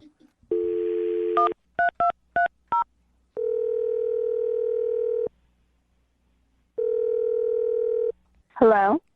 Hi, is this Marissa? Yeah, speaking. Hi, Marissa. My name is Jubal from Brooke and Jubal in the morning. Seriously? Yes. How are you? Yeah, I know you guys. You do? Oh, awesome. How you doing? I'm doing pretty good. Nice. How about you? Good. Nice to meet you. You as well. Have any idea why I might be calling you today? Well, I guess there's probably a lot of reasons you could be calling. Well, I'm calling you today because somebody emailed us for a second date update. Oh my God. Have you heard second date updates before? Oh yeah, totally. I listen to them all the time. Never thought that I would be on it though. Congratulations. How many dates have you been on in the last 2 weeks? 2. 2, okay. And of those 2, was one of them named Roger? Yes. All right. Well, Roger would be the one that emailed us for a second date update. Yep, I bet he did. Oh, really? He told us that you ditched him he said that you said you got sick, but we're all assuming that you ditched him in the middle of a concert. Yeah, was it that subtle? Dude, that's not cool. You were his ride, man. You can't just leave somebody stranded. Yeah. I know, I'm usually a good person, but, this is bad, you guys. I don't know what he told you, but I would love to tell you the true story. Really? Okay, so tell us what happened. So, I don't know if he told you this, but we met at a car show. So, I'm pretty surprised when he shows up to my door on a bicycle. He actually told us that. Yeah. He said that he showed up on a bike and asked you to drive to the concert. Oh, okay, he told you that. What else did he tell you? He told us that, and he told us that you guys went to a concert, and then that you ditched him, pretty soon after you got there. Mm-hmm. So he didn't tell you anything about the car ride to the concert? No, nothing. Are you serious? He didn't say anything about the car ride and what he told me? No, he didn't. He actually said that you guys had a nice conversation on the way there. Yeah. Well, we have very different definitions of a nice conversation. So what happened in the car then? So we're in the car and we're driving, and he was talking about how expensive drinks at the concert were. So he wanted to stop at a liquor store on the way and pick up a 6-pack and have me smuggle it in my purse into the concert. And you weren't down with that? No, I said no. I didn't want to get caught and kicked out of the concert. Yeah. And beyond that, when I told him no, he called me a wet blanket. You do sound a little straight-laced when you're so adamant against smuggling beer in. Well, you just meet someone, and let's be honest, it was not a small venue. I've been there before. They check purses. I knew it wasn't going to work. What's the point? So he insulted you after, geez, just trying to save some money on beer, you wet blanket. Yeah, totally. But it's almost like, like I'm driving, I'm trying to go with the flow of the night. We're going to go to a concert, and it's cool, so I'm trying to, be open and brush it off a little bit. Yeah. But then we get into the concert, and, it's about 15 minutes into the show. Things haven't really built up yet, and he tries to pick me up and crowd surf me, hand me off to another person. What? Yeah, no one else is doing this yet. I just met this guy, he doesn't know me. It's not like I was like, do it, Help me. I'm trying to picture this. So he just got behind you and tried to lift you up? And then hand you off? Yeah, I was like, what are you doing? I freaked out. Who crowd surfs anymore anyway? I don't know. Is crowd surfing still a thing? I think so. Still at that point, I was a little annoyed, but I was, trying to let it go. And then the final straw comes, right? Uh-oh. So he tries to get me to flash the band. No! What? Yeah. No way! Did you say to flash them? Yeah. What did he say to you? He was like, hey, show the band your Are you serious? Why? He kept telling me it would be hilarious if I showed the band my boobs. I was like, yeah, okay, I'm gonna fall for that one. Thanks, buddy. Is that when you left? Yes. I said I had to go to the bathroom, and I just went straight for the exit. I thought about, calling a friend, getting a second opinion, but no, I was just out of there. Oh, my gosh. He sounded so charming and lovable when we talked to him. Yeah. I'm, shocked by this information. Yeah, he sounded that way at the car show to me, too, but, Dr. Jekyll, Mr. Hyde, man. Show me your boobs! You know that he's actually on the other line listening to this conversation and wants to talk to you? Oh, yeah, I know. Okay, you do know the second date updates. Roger? Yeah, hey. Hey, man. Marissa, really? Did it take this to discuss it with you? Let's go over this. So what was the first turn off for you? I mean, Icicle and me driving. Oh, my gosh. Okay, all right. So I have a troubled past. I feel like you were a grown up, you were an adult. Maybe you understand. Hey, I'm moving on. Oh. Wait, I don't want to talk about it. You're talking about adulthood when you're the one that's telling her to show the band her boobs? Okay, Good well, point. on that particular note, I thought it would be cool that if she showed the band her boobs, then we could maybe get a backstage pass. I would really impress Marissa. It would bring us Okay, but that's not impressing me if I'm the one doing the work. It's the same thing as smuggling the It's six a collective. pack in. Okay, It's a you date, paid Marissa. It's a $8 collective for effort. beer, but I have to put my life on the line for going into the show or not. It's not putting your life on the line. It's having a little fun, Marissa. You need to lighten up a little bit, live a little bit. I mean, you smuggling beer. Everybody smuggles beer. Put it in your purse, your socks. I don't care, your hoodie. Okay, maybe that was an overstatement, but come on, man. You've never been to that venue before? They were checking everything. It was just a stupid idea. Marissa, do you even hear what you're saying? You're talking like somebody who doesn't know how to experience life to the fullest. I mean, you're going to stay there Okay, if you don't lighten up. Maybe your definition of living life to the fullest and mine are a little bit different. And why wouldn't you be? You have socks. You could smuggle beer yourself. Why does she have to do it? She's a gorgeous female. She can get away with a lot more than I can. Oh, my God. Okay, thank you for the compliment. I appreciate that. But, beer aside, there were so many other things wrong with the date. Marissa, I just feel like if you loosen up, live a little bit, have a little fun, we could have another date and we could have a good time. I just feel like you were too tight-laced. It's her fault. Now it's her fault, yeah. It's her fault. She was sticking God, away. show him some nipple, Marissa. What's your problem? Objectify Exactly. yourself a little Thank bit for some backstage passes. Amen. I was being sarcastic. Listen, if I'm really that boring, why do you want to go out on a date with me again? Because you're at a car show. Most girls don't go to car shows. So, boom, right there, you're my material. Oh, my God. Yeah, and I thought you were my material, too, but you don't even own a car. But he's got car ouch. jokes for days. I have a car, Marissa. It's a nice car. I just can't drive it, okay? Well, Marissa, would you like to go out with Roger again? We will pay for a second date. Pay for the Uber. No, I'm not up to being told how boring I am for another date. It's probably a good call. Marissa, if you had done the things I told you to, you would have had the time of your life. It wouldn't have been boring at all. Sorry, my definition of fun just isn't crowd surfing and showing my boobs to strangers. Yeah, you know what? You So do sound a weird. little boring, Marissa, I gotta say. Wow. Yeah. Sorry, Roger. No second date, man. Come on. Marissa, thank you for listening and thank you for telling us what happened on your date. I appreciate it. Oh, my pleasure. Sounds like it. Roger, good luck in the future. I'm sure you'll be able to find a nice lady who will let you show her boobs to strangers. Exactly. That's what we need more of in this country. Oh, my God.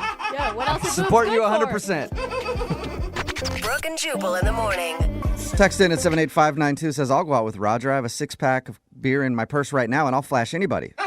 Sounds like there's somebody out there for everyone. Talking about today's second date update. If you missed it, this dude, Roger, wanted to call Marissa. They went to a concert together, and she actually ditched him because he called her a wet blanket because she wouldn't sneak a 6-pack of beer into the concert inside her purse. Then he tried to pick her up and make her crowd surf. She wasn't into that. And then the final straw was when he told her to flash the band because he thought it would be funny, and then she just left. Yeah. And when we got her on the phone, they talked about it, and he still thought that she was being way too uptight. Wow. And God. she just did not want to go out with Roger again. And he just sounds like a guy that never stops. Yeah, he sounds Like, annoying. Yeah. Oh. Remember, if you want to do a second date update, just email the show, and we will call the person who didn't call you back.